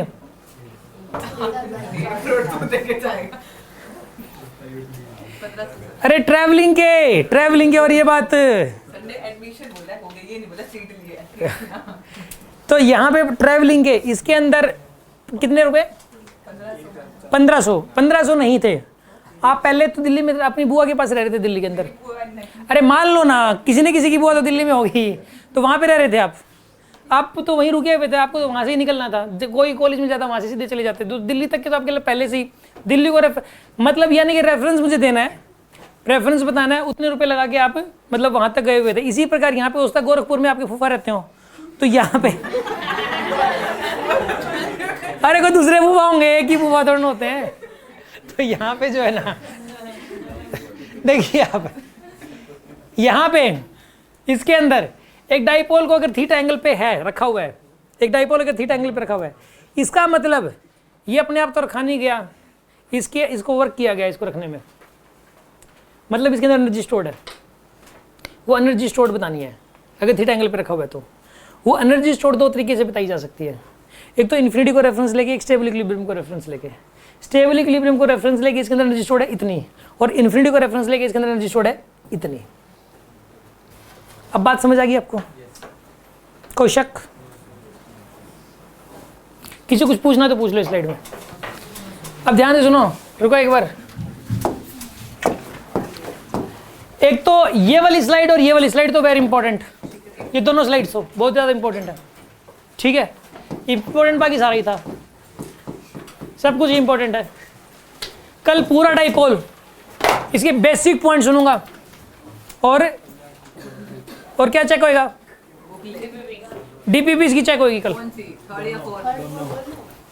कल इसकी डीपीपी पूरी चेक होनी है आपकी। फोर्थ है सर, दोनों। दोनों थर्ड और फोर्थ, ये फोर्थ है ना, यस सर। थर्ड भी और फोर्थ भी दोनों डीपीपी कल चेक होनी है, उनके डाउट्स लिए जाएंगे।